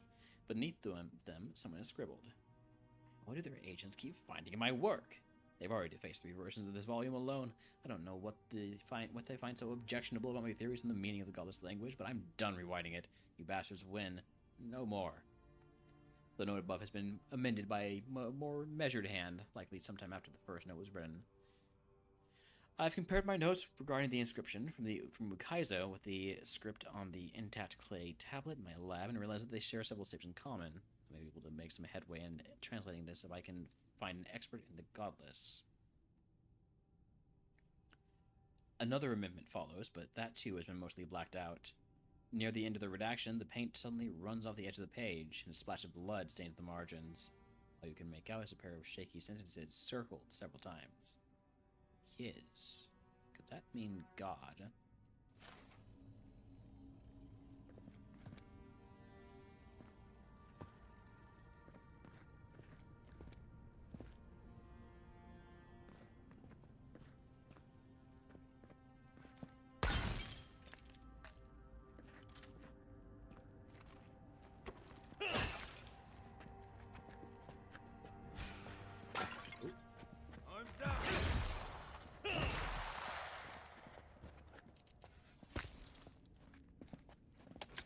That's all of them.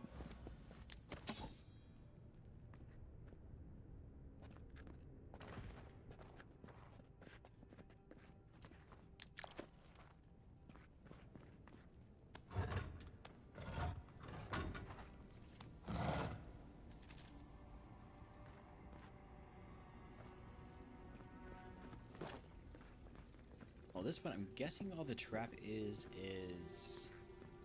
it's gonna close the door behind us.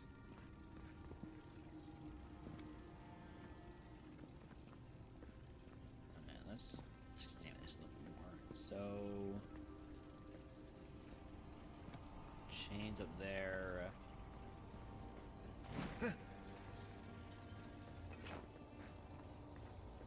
It's fine. It's fine. A false idol. It waits.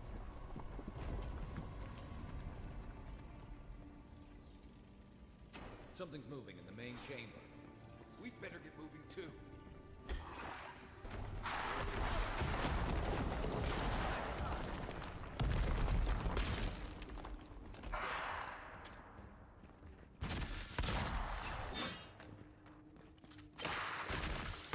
Oops.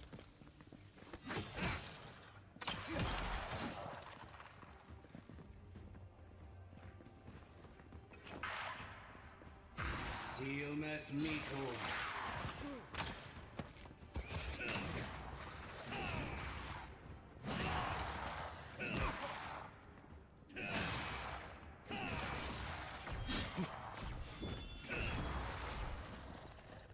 Oh, wait. Wait a minute, back here. Oh, hello.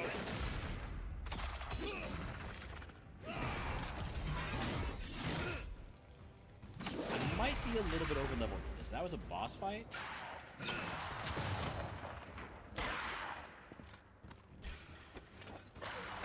Worth and wrong.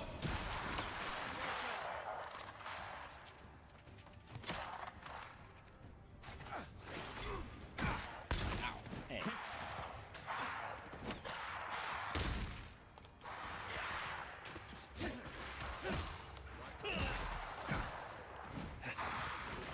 Worth and wrong. Who's ready for more? That ought to be all of them, right? Another win, but who's counting?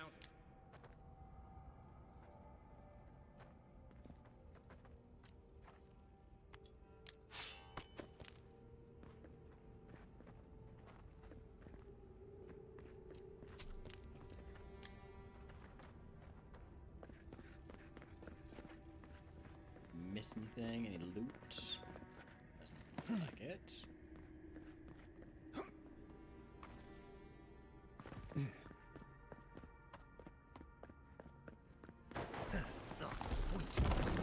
Layout must have flooded during that earthquake. Blasted ruins. Well, better a flood than a cave-in. Ah, so this is how I get up here. Okay. Well, let's investigate this a little bit.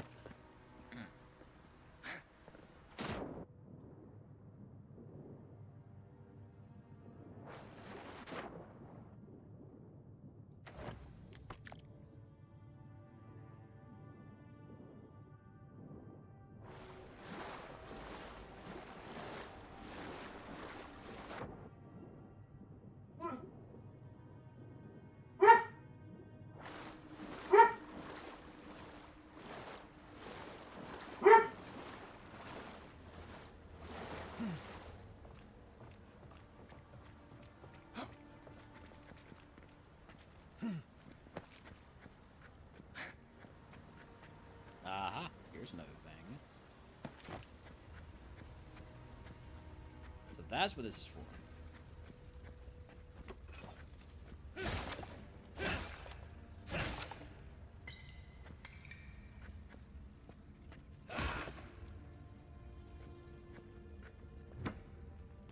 Something unique. No, just more crafting materials. I think this is my least favorite part about Avowed is the reliance on crafting materials as opposed to getting new stuff. But on the other hand, it does mean that you get to upgrade, you know, stuff that you like through the whole game. Still, I like new stuff. It scratches a particular part of my RPG brain.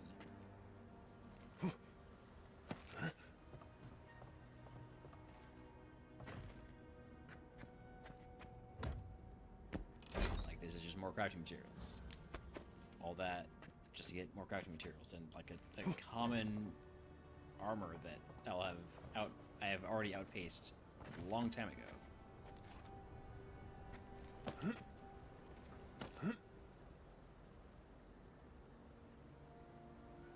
Ah, crap. Thank you, water.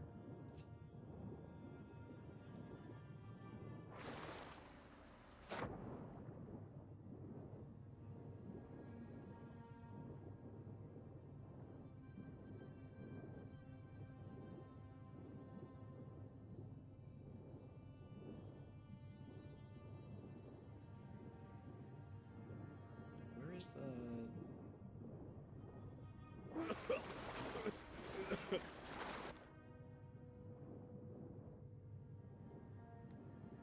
There's some sort of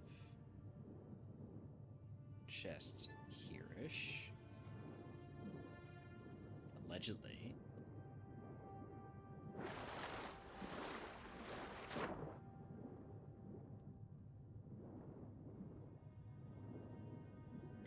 Probably would have been easier to find before this whole place flooded. I'll just leave it be. It's probably only got crafting supplies in it anyways.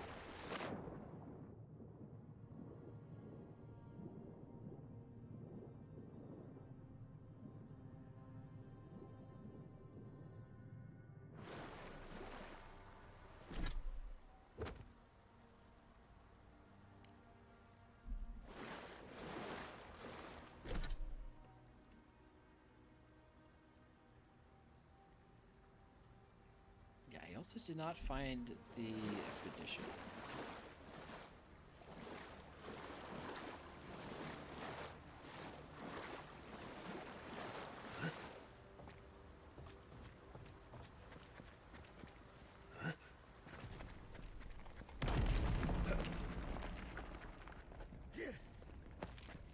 Hello?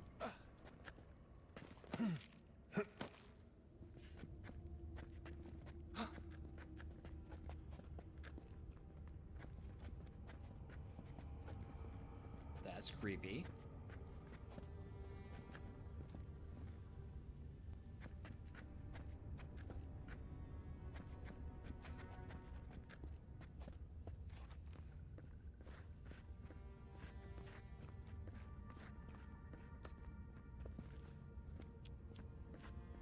What do we have down here? Something's not right here. Take a look around.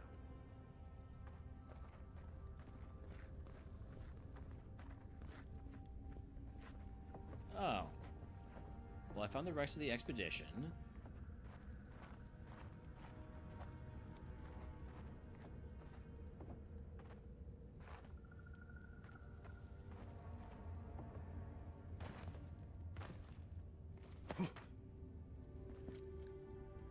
Oh.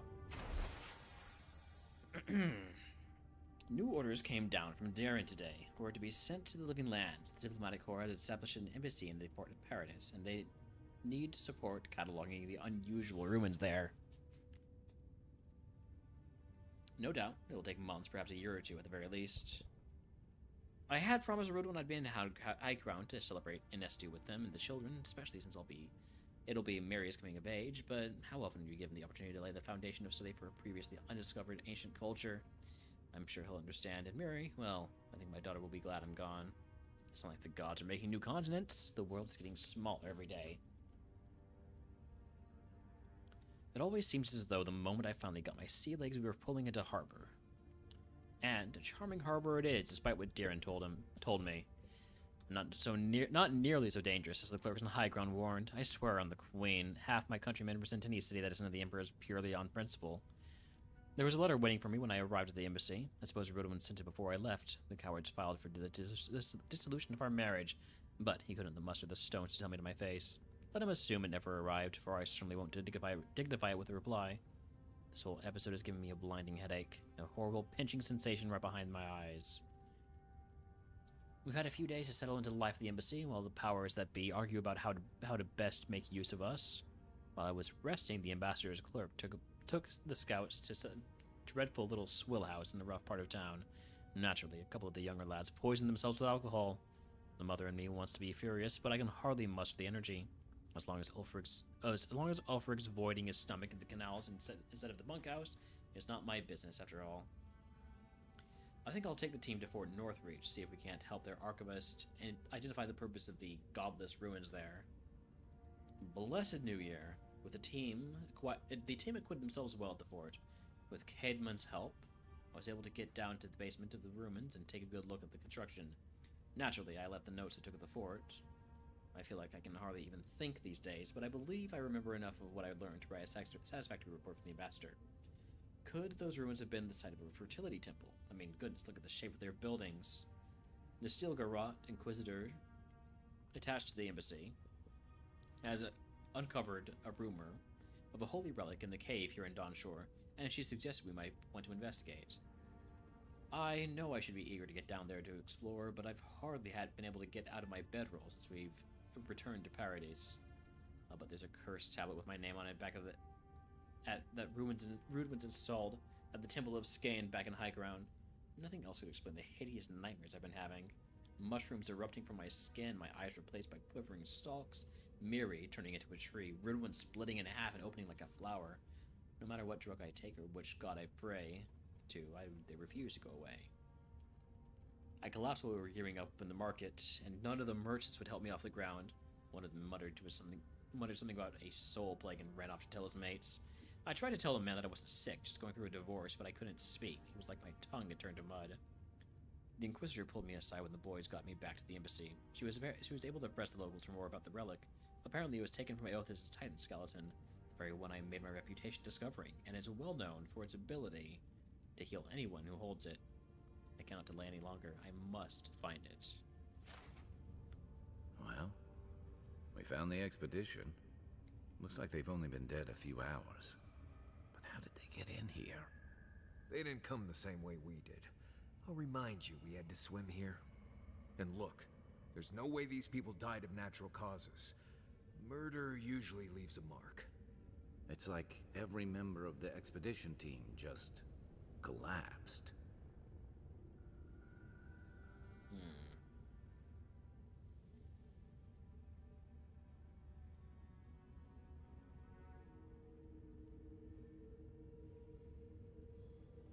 Fragments of thistle often linger near the body after death, but these corpses feel empty. Oh. Like they've been completely drained of essence? Yeah.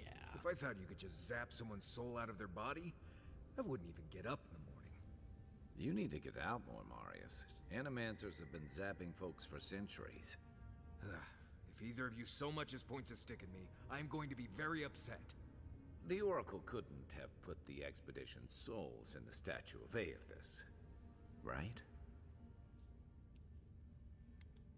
Could the Oracle's plan have something to do with Aothis vanishing out of Kaizo? Apparently that's something I'm intelligent to wonder. There's still a lot of debate over what even happened at Okaizo. Perhaps the Oracle knows the truth, or perhaps he's just as lost as we are.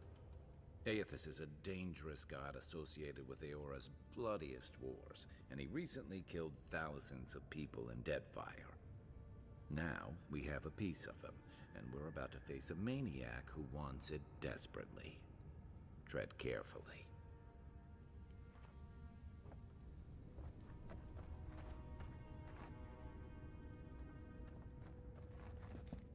On the Binding of Souls. Removal of soul, transfer holding vessel, conductive materials. What of the divine soul? I see. So he probably wants to add my soul to the list there.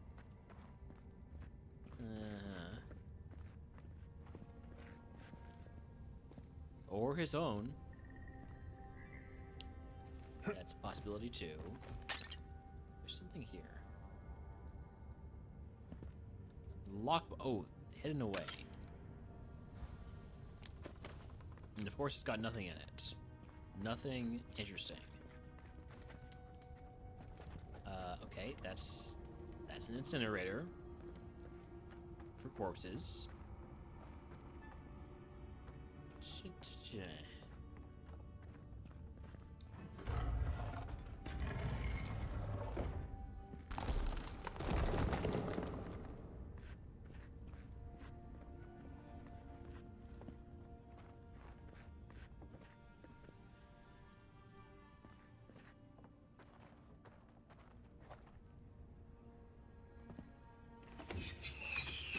Ow.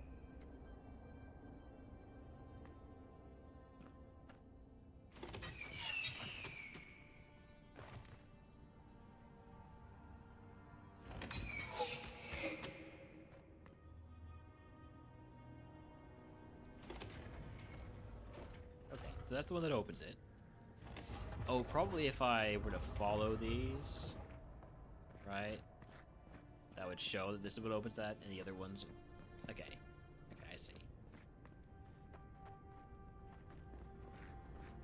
I got it in a different way. Gotta love a game with multiple ways to solve things. Why does he build the idol in this place?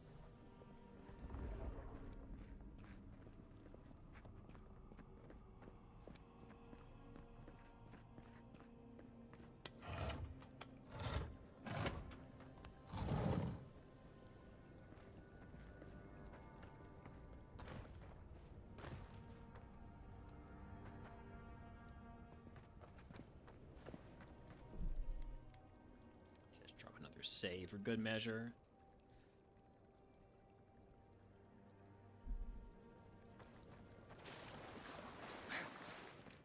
Even the flood could not stop him. Fealty or sickness? I don't know what this guy's capable of, but I've got your back. I kind of want to give him the shard. I want to see what happens. There you are. I worried for you when the earth shook. Lies like wasps.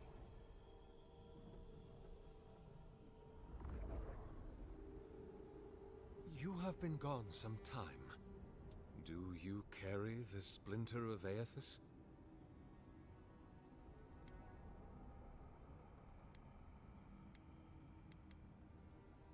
Did you kill the expedition team? Ah, I did not expect you to be so thorough in your explorations.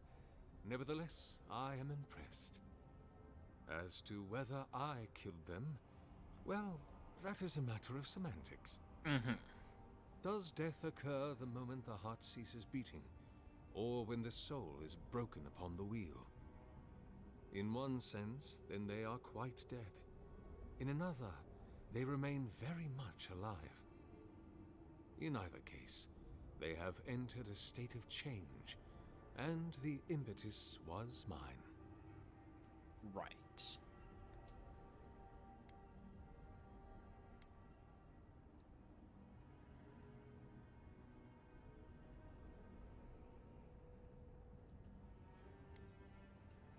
And you're gonna put the souls in the statue, right? Yes, you and you alone see my purpose clearly.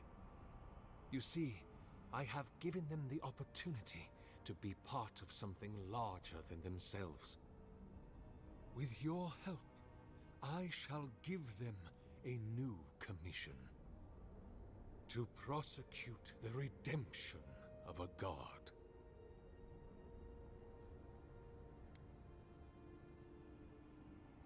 And how do you expect to redeem Aethys? Do you carry the relic I asked you to collect? I do. Excellent. The relic you have retrieved was stolen from Aethys' body. He is bound to it, or it to him. And before the events at Ukaizo, he would speak to me through it. He speaks to me no longer. But I believe he resonates with the splinter yet, as I do. If I am correct, when it is placed in the statue, the magnifying power of the Ardra will draw him into it, and he will be trapped. Locked into the reliquary with a chorus of furious souls acting as his conscience. He will finally begin the work of making right all the wrong he has done. All that is left is for you to place the splinter into the statue's chest. Will you do it? And Marius, what do you think? Me? If I ever suggest helping some crazy Nimdu bring a statue to life for religious reasons, please kill me then and there. Look, I'm all for second chances, but restoring the god who started the Saints' War and left a trail of corpses in Deadfire? Even I can see that's a bad idea. And I can't imagine a worse fate than spending an eternity as one of those poor souls stuck with him. I've heard I can change him before. And what will you do if your god abandons his domain and beyond? Or what will happen to you? I cannot say. But when I return to the wheel, I pray I do not see Aethys there, for it will mean that I have failed. You see, my brother, you must understand. I am willing to endure a life of greatest loneliness, so that he may repent. I'll do it. Thank you. Once you have placed This the seems more splinter interesting. into the statue, power my devices just over there. Together, we will observe the results.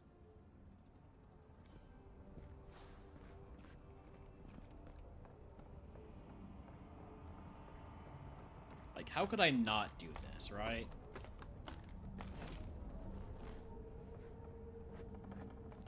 There we are. Now, fill the statue with essence. Do me the honor of pulling the lever, just there. And my lord will return to face justice. The lever? What lever?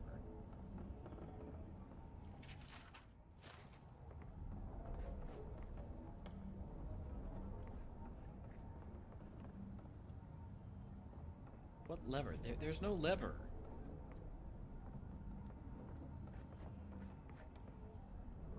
Oh, wait. I should... Don't touch the generators. Oh. I thought... Isn't that what you said to do, though? Okay,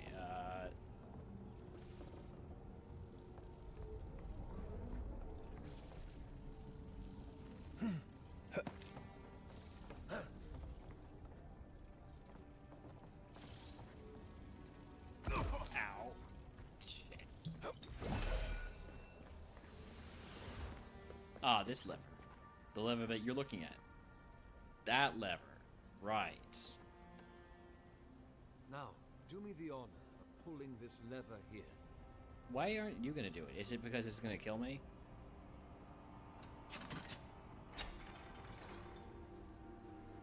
Any moment. Oh. My god, Aethys. Are you there? No! It's not working! Something is wrong. Needs more power. My lord Aethys has not returned. Something is missing from my design. Something I did not account for. It must be the chime. Without its ringing, he cannot hear the statue's call. My brother, will you join my holy work and lend your chime to the cause? So... The Watcher told me I don't have a chime. Has to be you. No, no. That would not be appropriate. He does not want me. He has made that clear.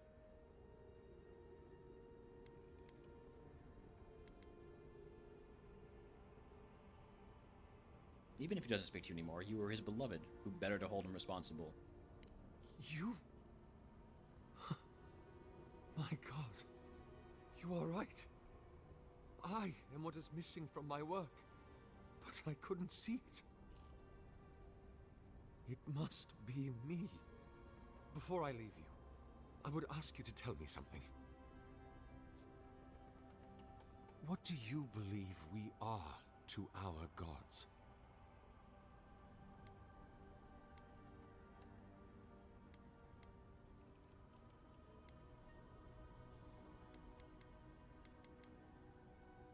I have no idea.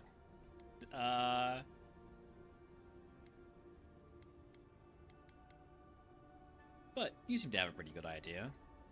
You seem to be pretty confident. You're experienced with it. Let us hope it is so. What'll happen now? I will stand beneath my machinery, under which I have asked many others to stand before.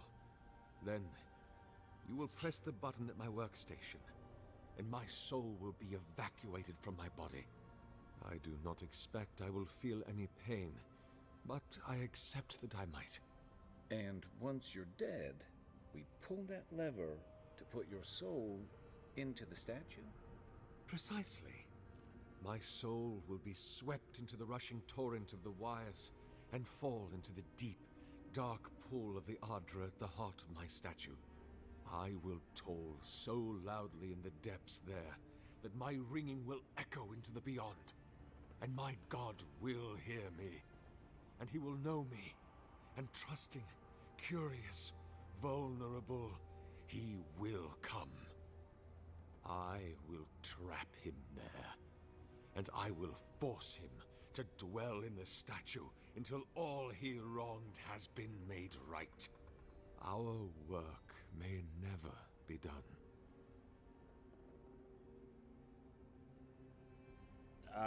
Apparently I don't think that's going to work. Oh, my perfect friend. We are long past doubting now. Okay. Good luck. Walk always in the light.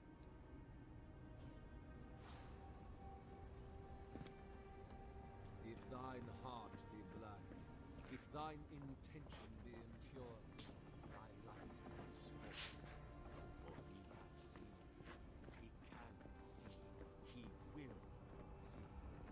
Nothing is hidden from his glory. His light touches every corner of the world. Nothing is hidden from Oh, his sight. he didn't. He's the least go over there. Nor shall it be from mine.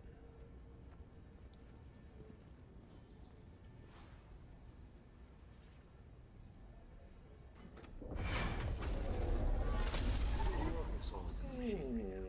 Got to pull the lever to siphon it into the statue. Well, we're gonna pull the ascendant lever. You better get to it. Okay.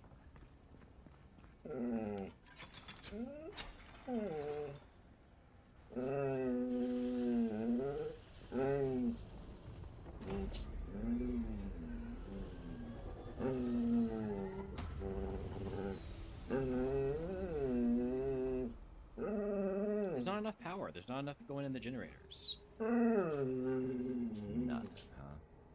Well, on the bright side, at least the Oracle's not around to see this. After all that,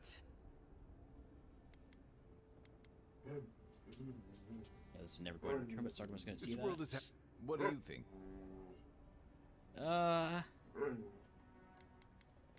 Anything can be killed one way or another. It's all a matter of finding the right weapon, I guess. Well, with the Oracle dead, I guess we should get going. Right, but Hear us. Follow us. We would speak to you. Holmes, you need to go outside? Alright, hold on. I'll be right back.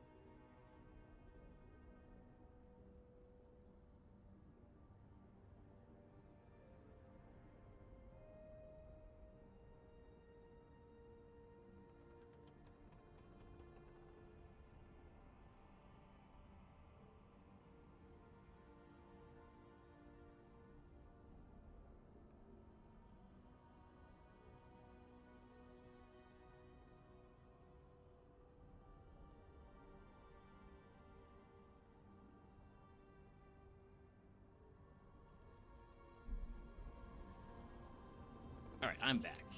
What happens if I... Like, I'd like to... Oh, you want to talk to me? Right. It wakes. A host. Form given life. One day when we are free, we could return here, dwell in this body, feel the earth again. But it is a sprout. Fragile. It must sleep here undisturbed. A secret you could keep. Tell us, will you give us this gift? The statue? How will you claim it? A shard of Adra tethers it to us. Yet it is weak. A quagmire of essence occludes its veins. If we had time to tend it, perhaps we could find a way. What will you do with it? We are not sure. Could we touch the world? Walk in the ocean? Sift our fingers through sand? I didn't know what you are. Why should I trust you with it? This prison holds us, silences us. The years fade like leaves. We have no memory of summer, warm fire, soothing rain. We could walk gently in this body, tend, grow, learn anew. But we must claim it. Alright, sure. A vessel to hold us. We will remember this. The Adra strains. It aches, a choking barricade of souls. Essence like mud, we cannot swim here. It must be flushed out. Free this obstruction. Then, when our prison bars fall, we will see. Hey, Envoy. Back with us?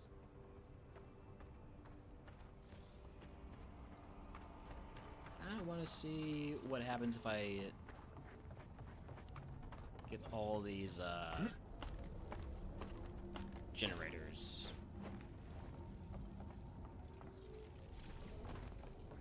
You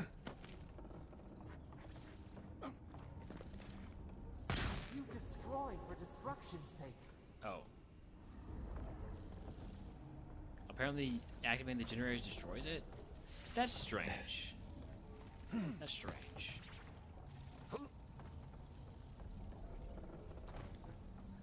Yeah, sorry about that. Let me fix that. Do this.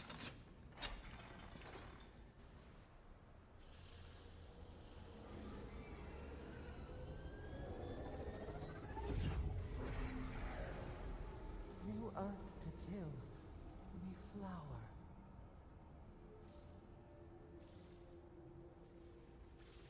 We rest now. We must consider this.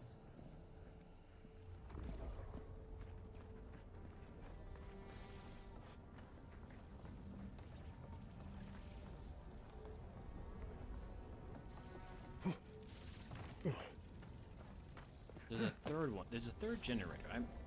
I'm a little bit curious what happens if I activate that one too, but I'm gonna guess the answer is nothing good. Let's see. Last one is that way.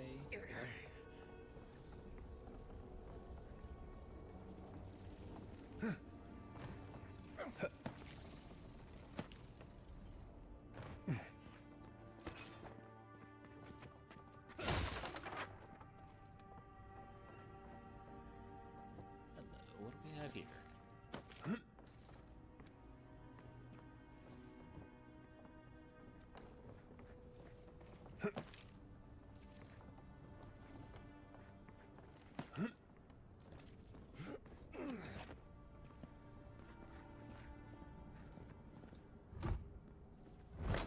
Purple, at least. It's still lag. And now I'm over encumbered. Alright, easy way to deal with that. In my inventory and break down stuff that I don't want. Just all the common stuff. I'm not gonna need this.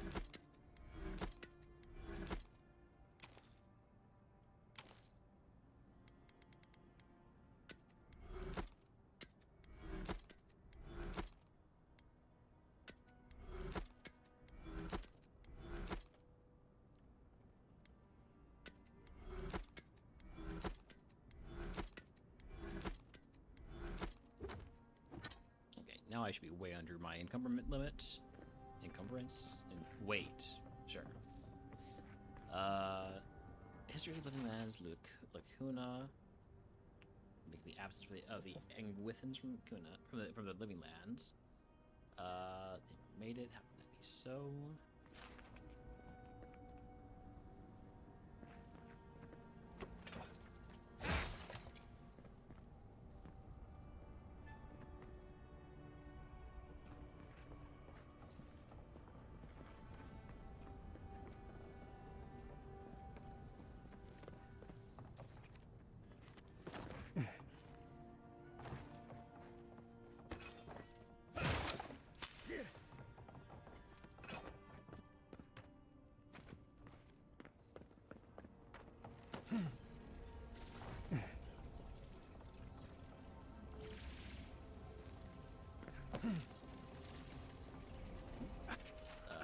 Cars, all that.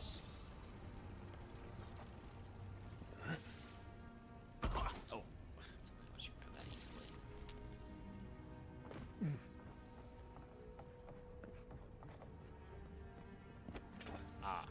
Okay. So if I were to do this, and this isn't what I plan on doing, is this what destroys it?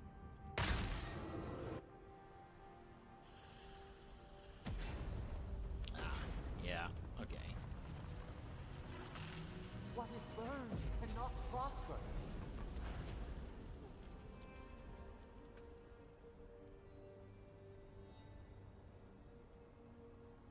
I was hoping that would do something more exciting. The adder eats its tail. Why do you deprive us of light? Wings to free us, gone to waste. Yeah, that was I was just checking to make sure that's what that did.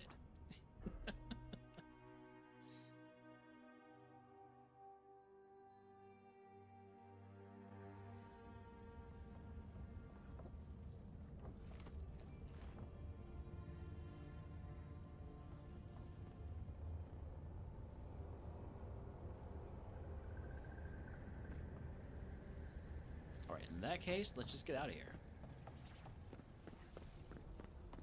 Done all we need to do here. Can I, like, turn that back off? No, okay. It's fine.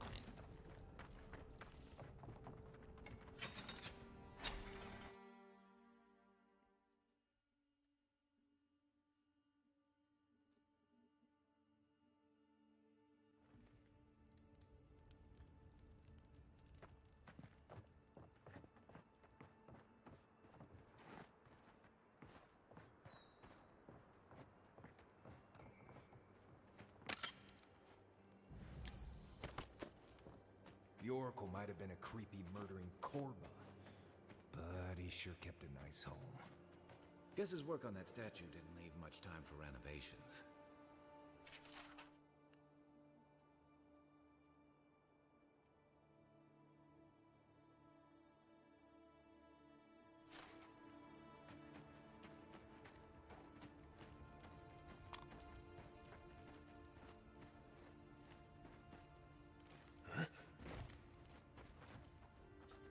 Right behind you. What do we have out here? Never thought I'd be so Bears. relieved to see Paradise. Well, that was certainly an experience of some kind. Let's go catch up with them. Did I hit neither? I hit them both, okay.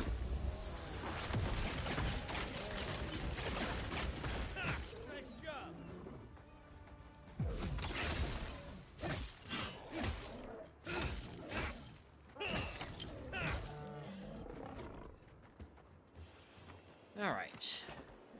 Ulfric, and then we're gonna be done.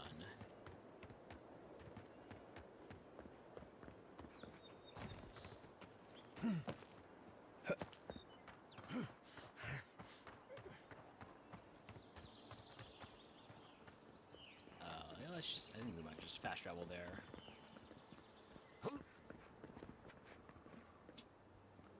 Yeah.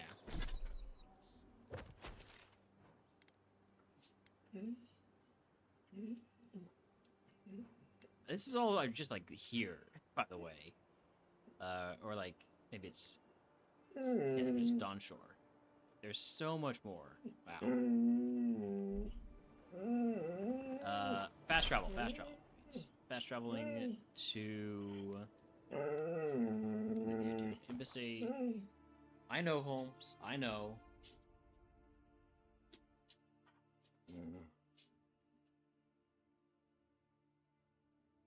I think he gets anxious when my GPU runs because it heats up the room like this.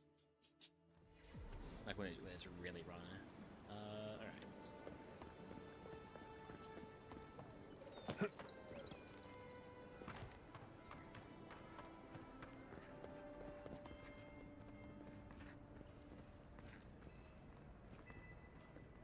You were outside. Right.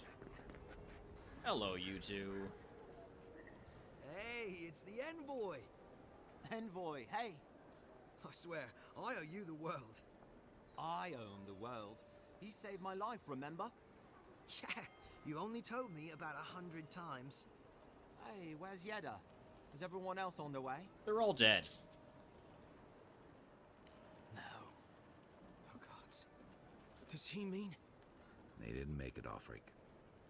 I'm sorry. But you saved Cadman. You couldn't save them? Or you didn't try? What happened?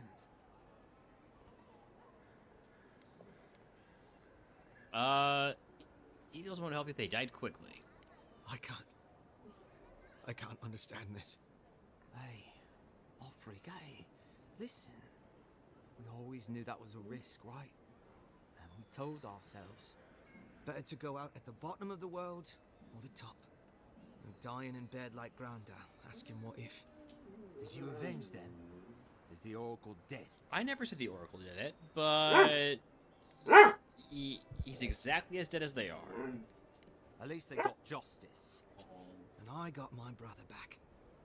Don't be a baby. Okay. You would have been fine without me. What I mean to say is, we're grateful, Envoy. You're very welcome, both of you. Oh, that reminds me. I wanted to give you this. It belonged to our grandfather. He'd always wanted to join the Corps, but life got in the way. When we were recruiting, he gave it to us to remind us to live well. How do you decide who gets to wear it? We take turns. Okay. Cadman had it last, so he gets to decide what we do with it. Well, I'll treasure it. Well, I'm sure you've got big Envoy things to do. Probably sell it. I don't know if you heard, but there's a plague on and everything. If you're ever in High Crown, look us up. Yeah, we can drink to the Corps together. Alright, take care of you two. I wish things had turned out better for the rest of their crew, but I'm glad they made it. These two will be just fine. I'm sure of it. One of them may even get a happy ending. We're gonna save here and pick up with this next time I decide to swap off a Pokemon, play some Avowed. So let's go ahead and raid out. Probably not got many people in chat right now. I know this isn't my usual content, and but CZ is in the Elite Four in NatDex Kaizo, so we're gonna head on over there. Let's go ahead and close the game so my graphics card can start taking a break. All right, I'll see y'all later.